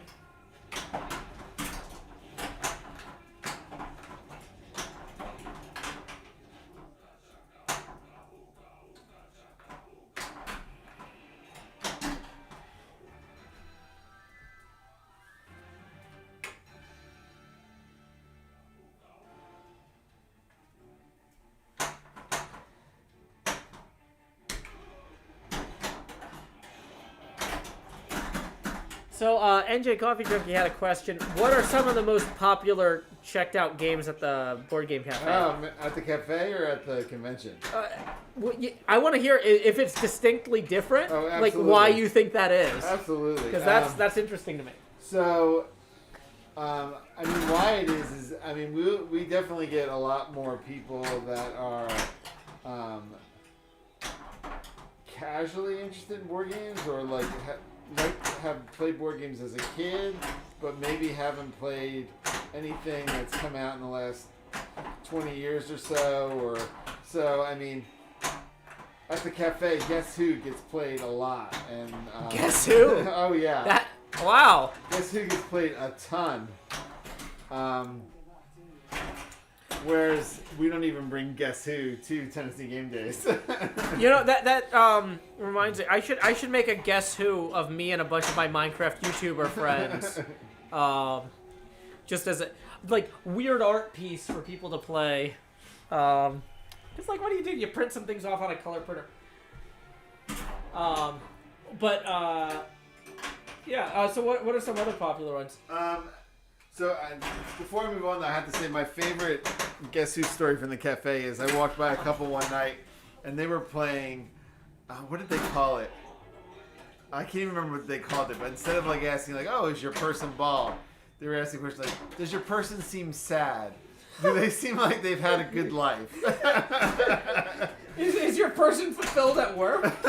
Exactly. Are they respected around the office? Oh, that's great. Well, and that's the fun thing about games like that is you can really make them your own.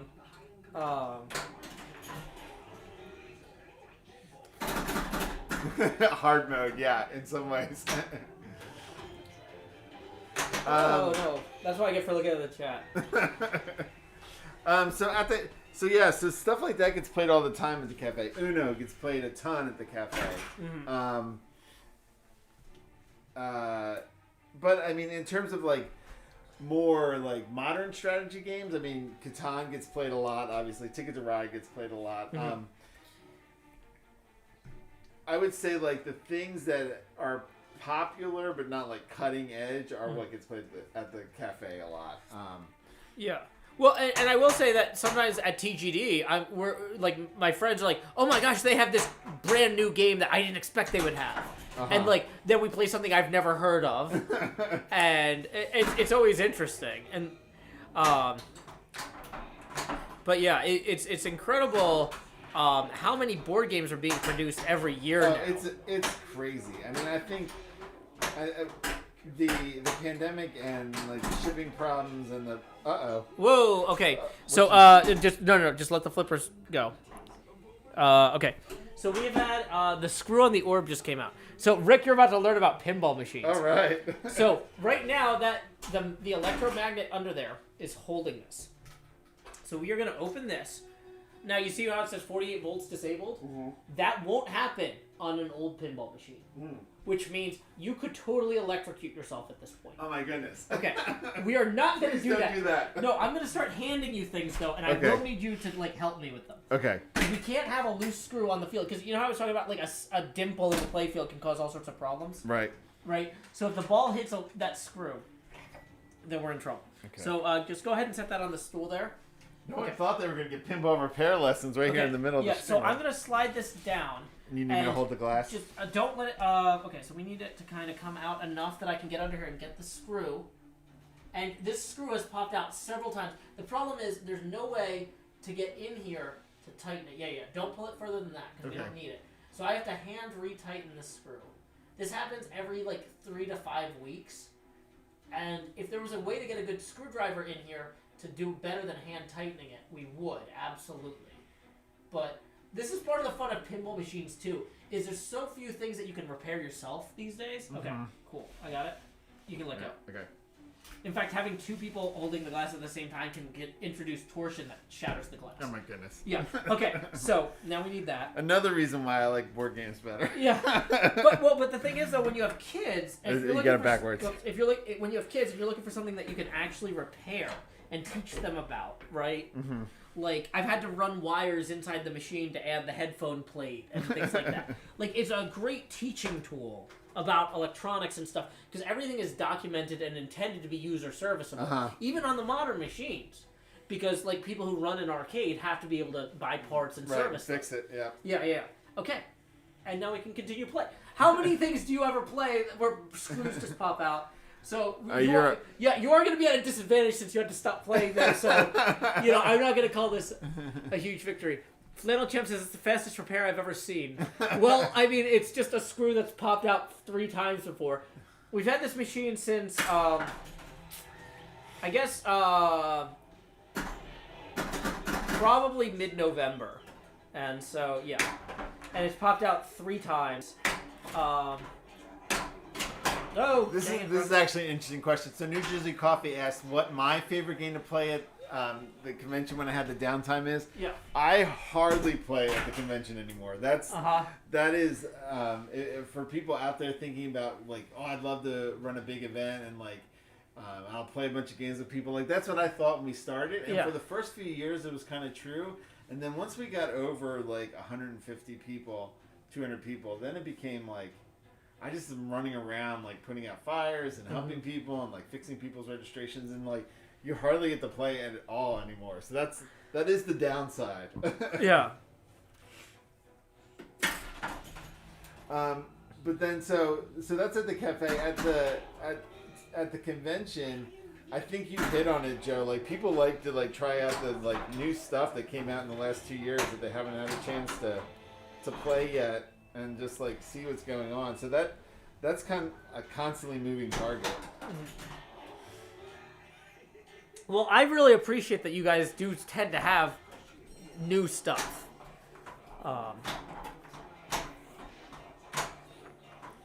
So one of the things that you guys have is you have a room called the Play to Win room. Yeah. Where you can play games, and if you play them, your name goes in a raffle to win a copy of that game at the end of the week. Right. Or weekend. Right.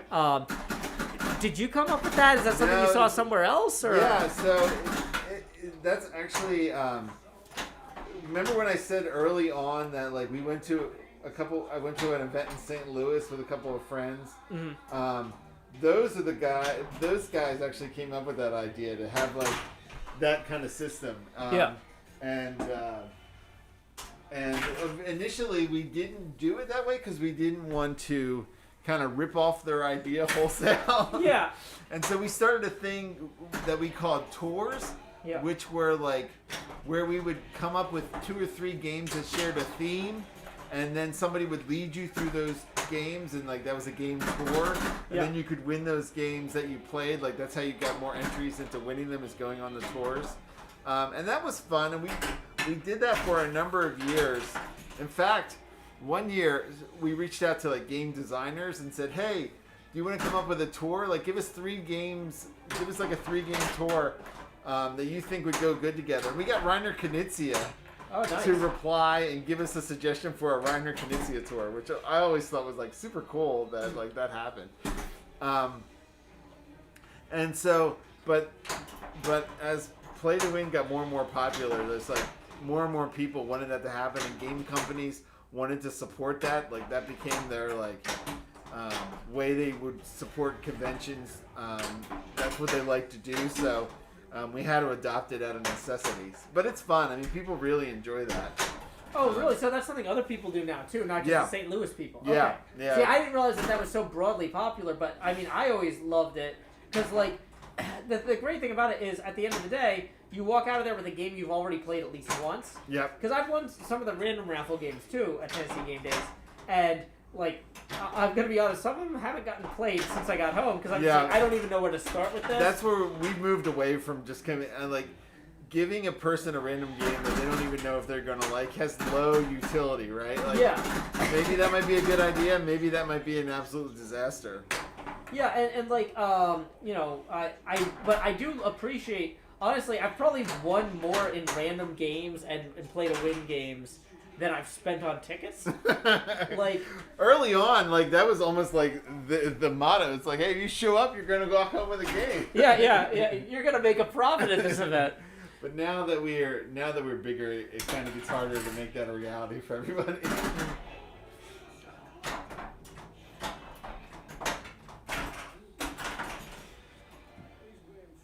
So what? Oh, there we go. Okay, yeah, so the ball gets hung up. Once again, this is one of those mechanical things where, like, so there are ways you could tweak the machine to stop the ball from getting delayed up there, but because it's not my machine, I'm very wary of, like, going in and bending metal parts, right? I'm happy to put the screws back in that pop out. These Groot hands, they're Velcroed on, and they occasionally vibrate off, and I'll put them back. So...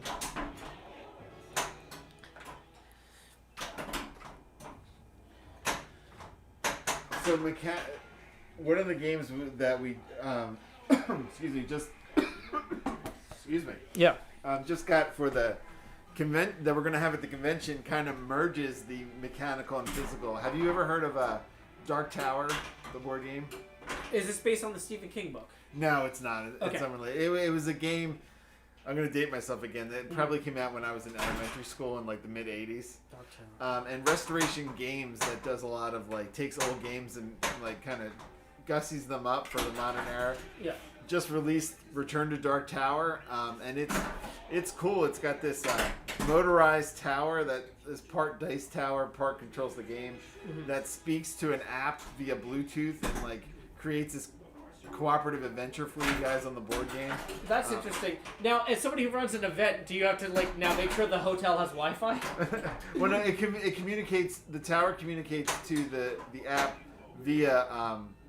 Oh, I see what you're saying. So people have the. We usually have Wi-Fi at the event. Yeah, so yeah. That's not... But it's like one more thing. Like, yeah. Yeah, that's a reason I don't love board games that also have apps, but. Yeah.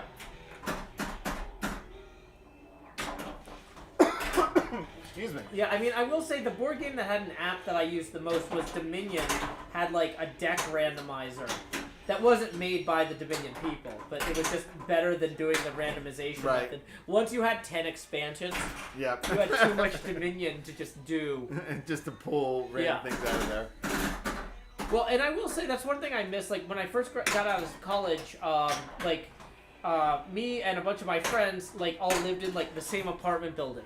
So we could just come down and play board games every night. Like, hey, you want to play Dominion? You want to play Seven Wonders? Right. You know, whatever. Like, and like as you know, everybody kind of moved away and things like that.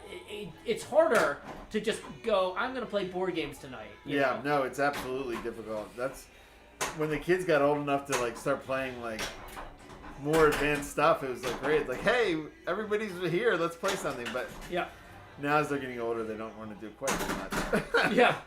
Somebody asked on, Daniel asked, that's a response to another Daniel who asked, do games like Throw Burrito get played? When he said that this guy's place, I assume he means the board game cafe. I mean, we have kind of not mindless, that's the wrong thing to say, simple stuff like that, Exploding Kittens, Happy Salmon. Throw Burrito doesn't get played. At the board game convention, we don't do it so much anymore, but man, in the early days, we played Dancing Eggs a lot. Have you ever heard of this game? Dancing Eggs, no. It's basically a carton of rubber eggs and a die and 2 dice, and you roll the dice, and one has an event, like something that happens, and whoever wins that action has to stick an egg where the other die winds up. So like you wind up with eggs in your elbow or under your arm or between your knees, and then whoever drops the egg loses first, then whoever has the most eggs wins. It's a stupid kids game, but man, at 11 o'clock with like 4 adults, it gets kind of hilarious, right? Oh yeah. Sounds like it. There we go.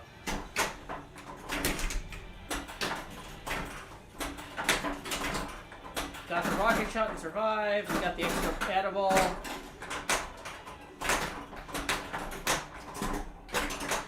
Uh-oh, lost one. Everybody loved your repair. I'll try and break it again.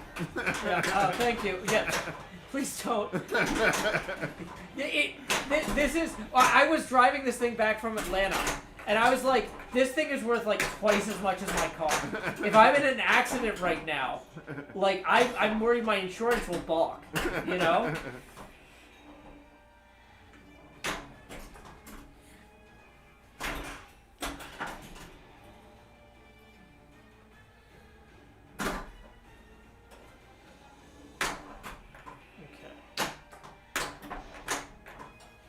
what I need to do is shoot the scoop now so I can start a new mode. And I am terrible at shooting the scoop on command.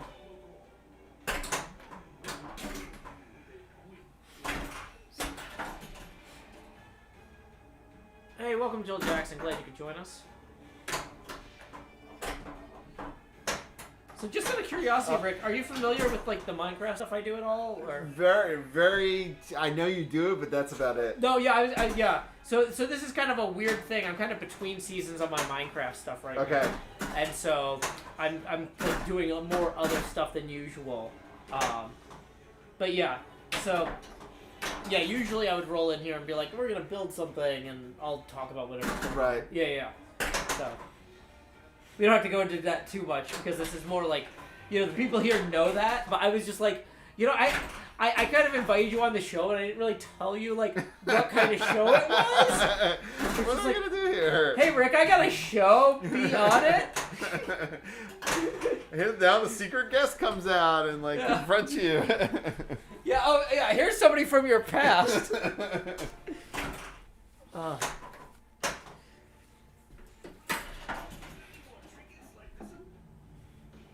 Ahime Angel says, I'm surprised the machine can fit in a regular car.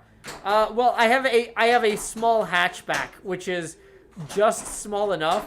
One of the things, actually, when I was considering buying the car back in 2008 or 2009 or something, was, you know, I was looking at it, I was like, is this going to be enough cargo space? Like, if I'm going for a hatchback, should I get something with a little bigger?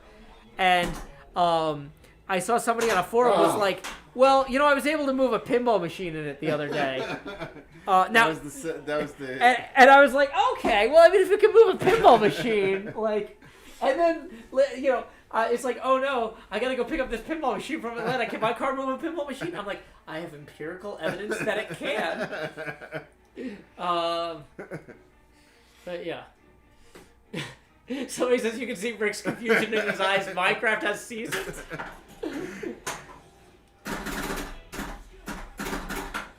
Okay. That's for when you put it on Netflix, right? It has that. Yeah. Yeah, so I play with a bunch of other people, and like we kind of restart the world every so often, and that's a season. Gotcha. So I picked this mode because it's one of the longest running modes on the timer, and I was very close to starting group multi-ball. So what I really want to do, ideally, is hit the scoop as soon as possible, so I can light up a bunch of shots, and then get credit toward, oh my gosh. Instead, I'm just draining continuously, hitting nothing. That's not the scoop. Scoop, come on.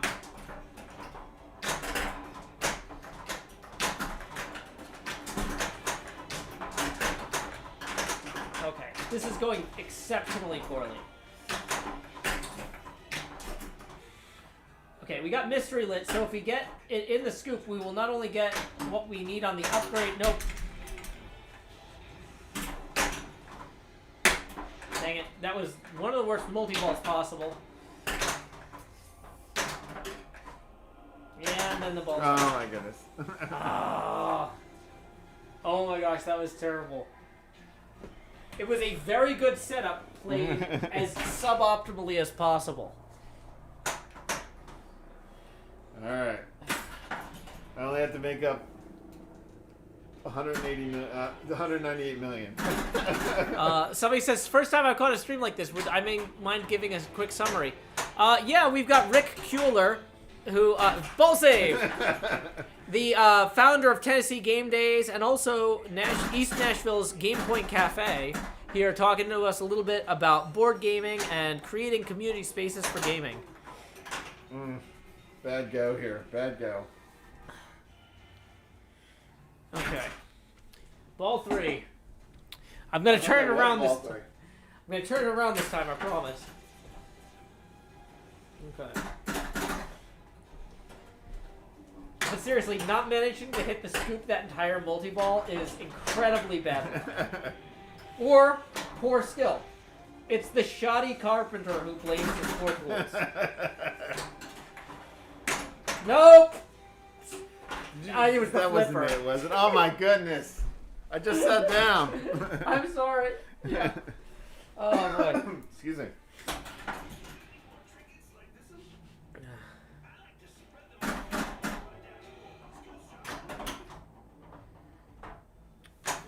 sure we have the same.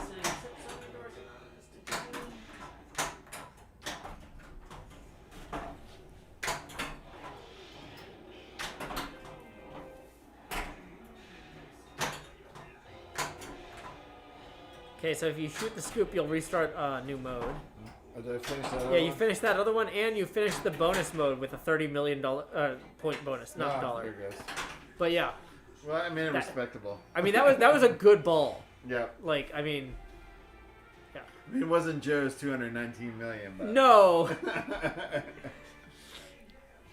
Yay. Now the thing is, it's funny because when you match or when you get a replay on this, it's on free play. Right. So it's actually more annoying than an extra ball because I'm like, if the extra ball goes through, then I can get like, more points and I can, try and get further in the game. But like, okay. Oh, come on, Groot.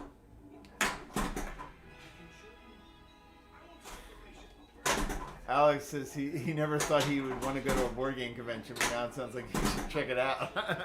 And Alex, I will say, like, it's better to go with other people you know if you can. Like, don't just go by yourself. Try to bring a friend or two. Because, like, people are generally friendly. One thing I like about Tennessee Game Days is they've got these little flags that say, hey, players needed or whatever. People will, like, say, hey, come play at our table or whatever. But, it's always easier if you go in with a group of at least one or two other people. Yeah, I mean, that's one thing you definitely have to know. You gotta know your own personality, right? Yeah. I mean, if you're willing to go out to people and say, hey, you have room for one more, people are, I mean, you could say more because you're in the floor more than I am probably. No, and I've never had a problem, like, if somebody wants to play, or, like, I've never had a problem sitting on a table with people. But, like, in terms of my comfort level, yeah, it's easier to go in with my friends and say, what do you guys want to play? Because you guys research what the newest, hottest board games are, and I don't. Right. And, like, kind of let them steer a little bit. Yeah. Yeah.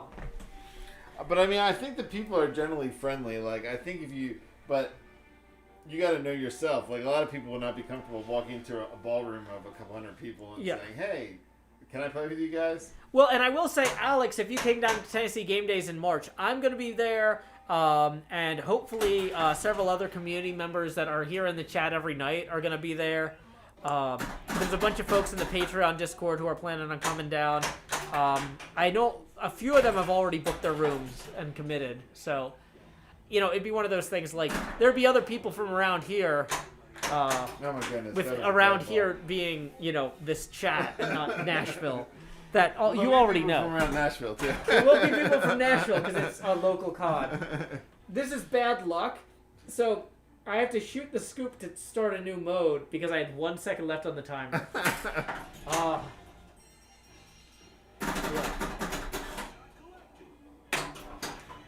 So if you ended the mode before you start the new ball, it gives you the thing at the ball select. But nope.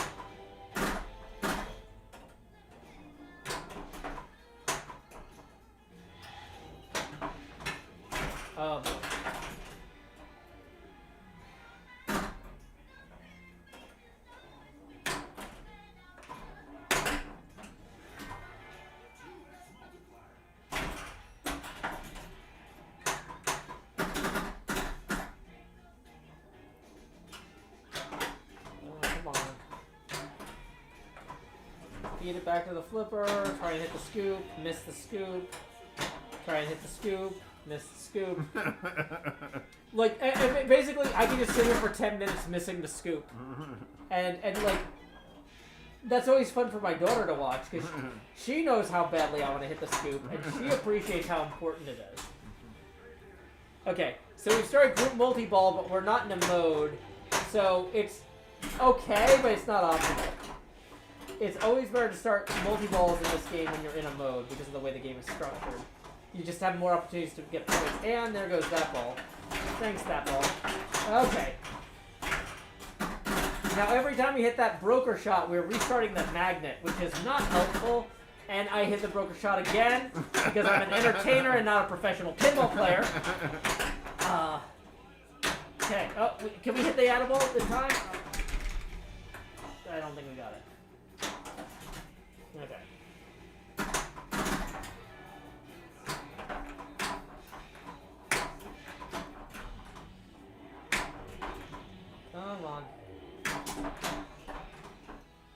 orb is lit, but hello, Mom. I will say one thing about having this particular machine in the house is I get these songs stuck in my head all the time. They only got the licenses for 3 of them, but boy, I know them now, and so does my kid. And yeah, somebody starts humming them, and you can't get them out of the house again.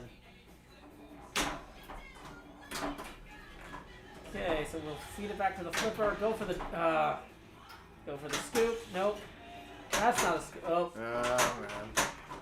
Got the had round force of qualified, but womp womp. Okay, that was only ball 2 though, so we can still turn this around. This is probably actually going to be our last game because we're coming up on the 11 o'clock hour. Oh my gosh, I'm ready. I know. I really appreciate you coming by, Rick. Like, this has been really fun. Oh yeah, absolutely. And like, I actually don't know like how early does the board game cafe open? Because coffee shops open early. Yeah, so we're open 7 to 10 every day. Yeah. So are you usually in there at 7? No. Like, obviously you're not working the whole 7 to 10 because that would be 15 hours a day, and you have kids. Yeah. When we first opened, I was there a ton.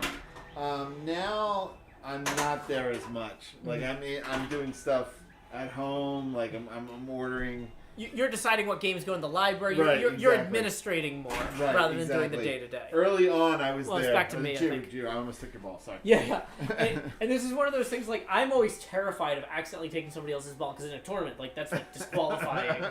You know, I haven't actually gotten to play in a real tournament yet, but that's one of my post-COVID dreams, is, like, to actually get to play a real pinball tournament. But, I mean... No! Did you lose? No, it's ball save. It's like, is that just long enough that I'm gonna... Okay, we're Yaka Arrow 2, which means we need to shoot that scoop that we're so good at hitting. Not the scoop. Okay, here we go. Ah, missed it. Not the scoop. Thanks, Rocket. Scoop? Nope.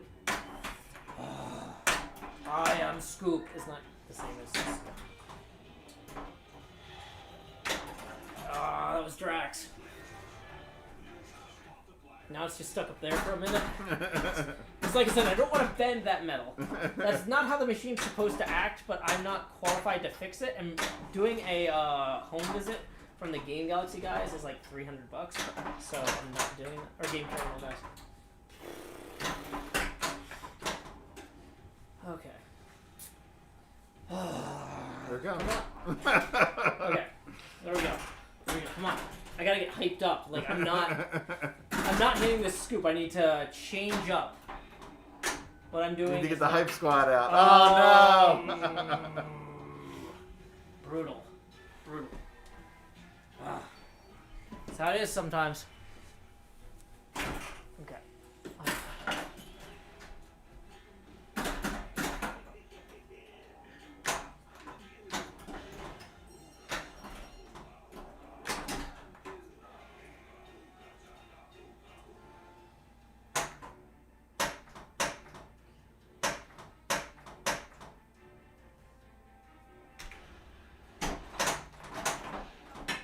Oh, I lost it. I'm so excited. I hit the scoop, I started a new event, and it went right down the drain. Alrighty. Well, we are going to wrap up, folks. Once again, let me go ahead and post that Tennessee Game Days link. tngamedays.com. Yep. TGD Spring is coming up here. We're going to post that in the YouTube. Oh, where's the mouse? So I've got 3 things going on here. I really would benefit from multiple chat buffers, but whatever, it's fun. Okay, so we're also going to raid Hot Nudge, who's playing pinball right now. Let's see what game they're playing over here on Twitch. Can't see it.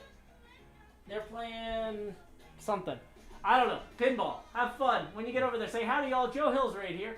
Thank you again, Rick, for joining us. Hey, Joe, thanks for having me. This was a lot of fun. This was so great, and hopefully we can have you and the other organizers, Russ and Bo, join me for some board games here. That'd be cool. I'm looking forward to it. So, have a good night, everybody. Keep adventuring. Thanks. Raid now. Let me hit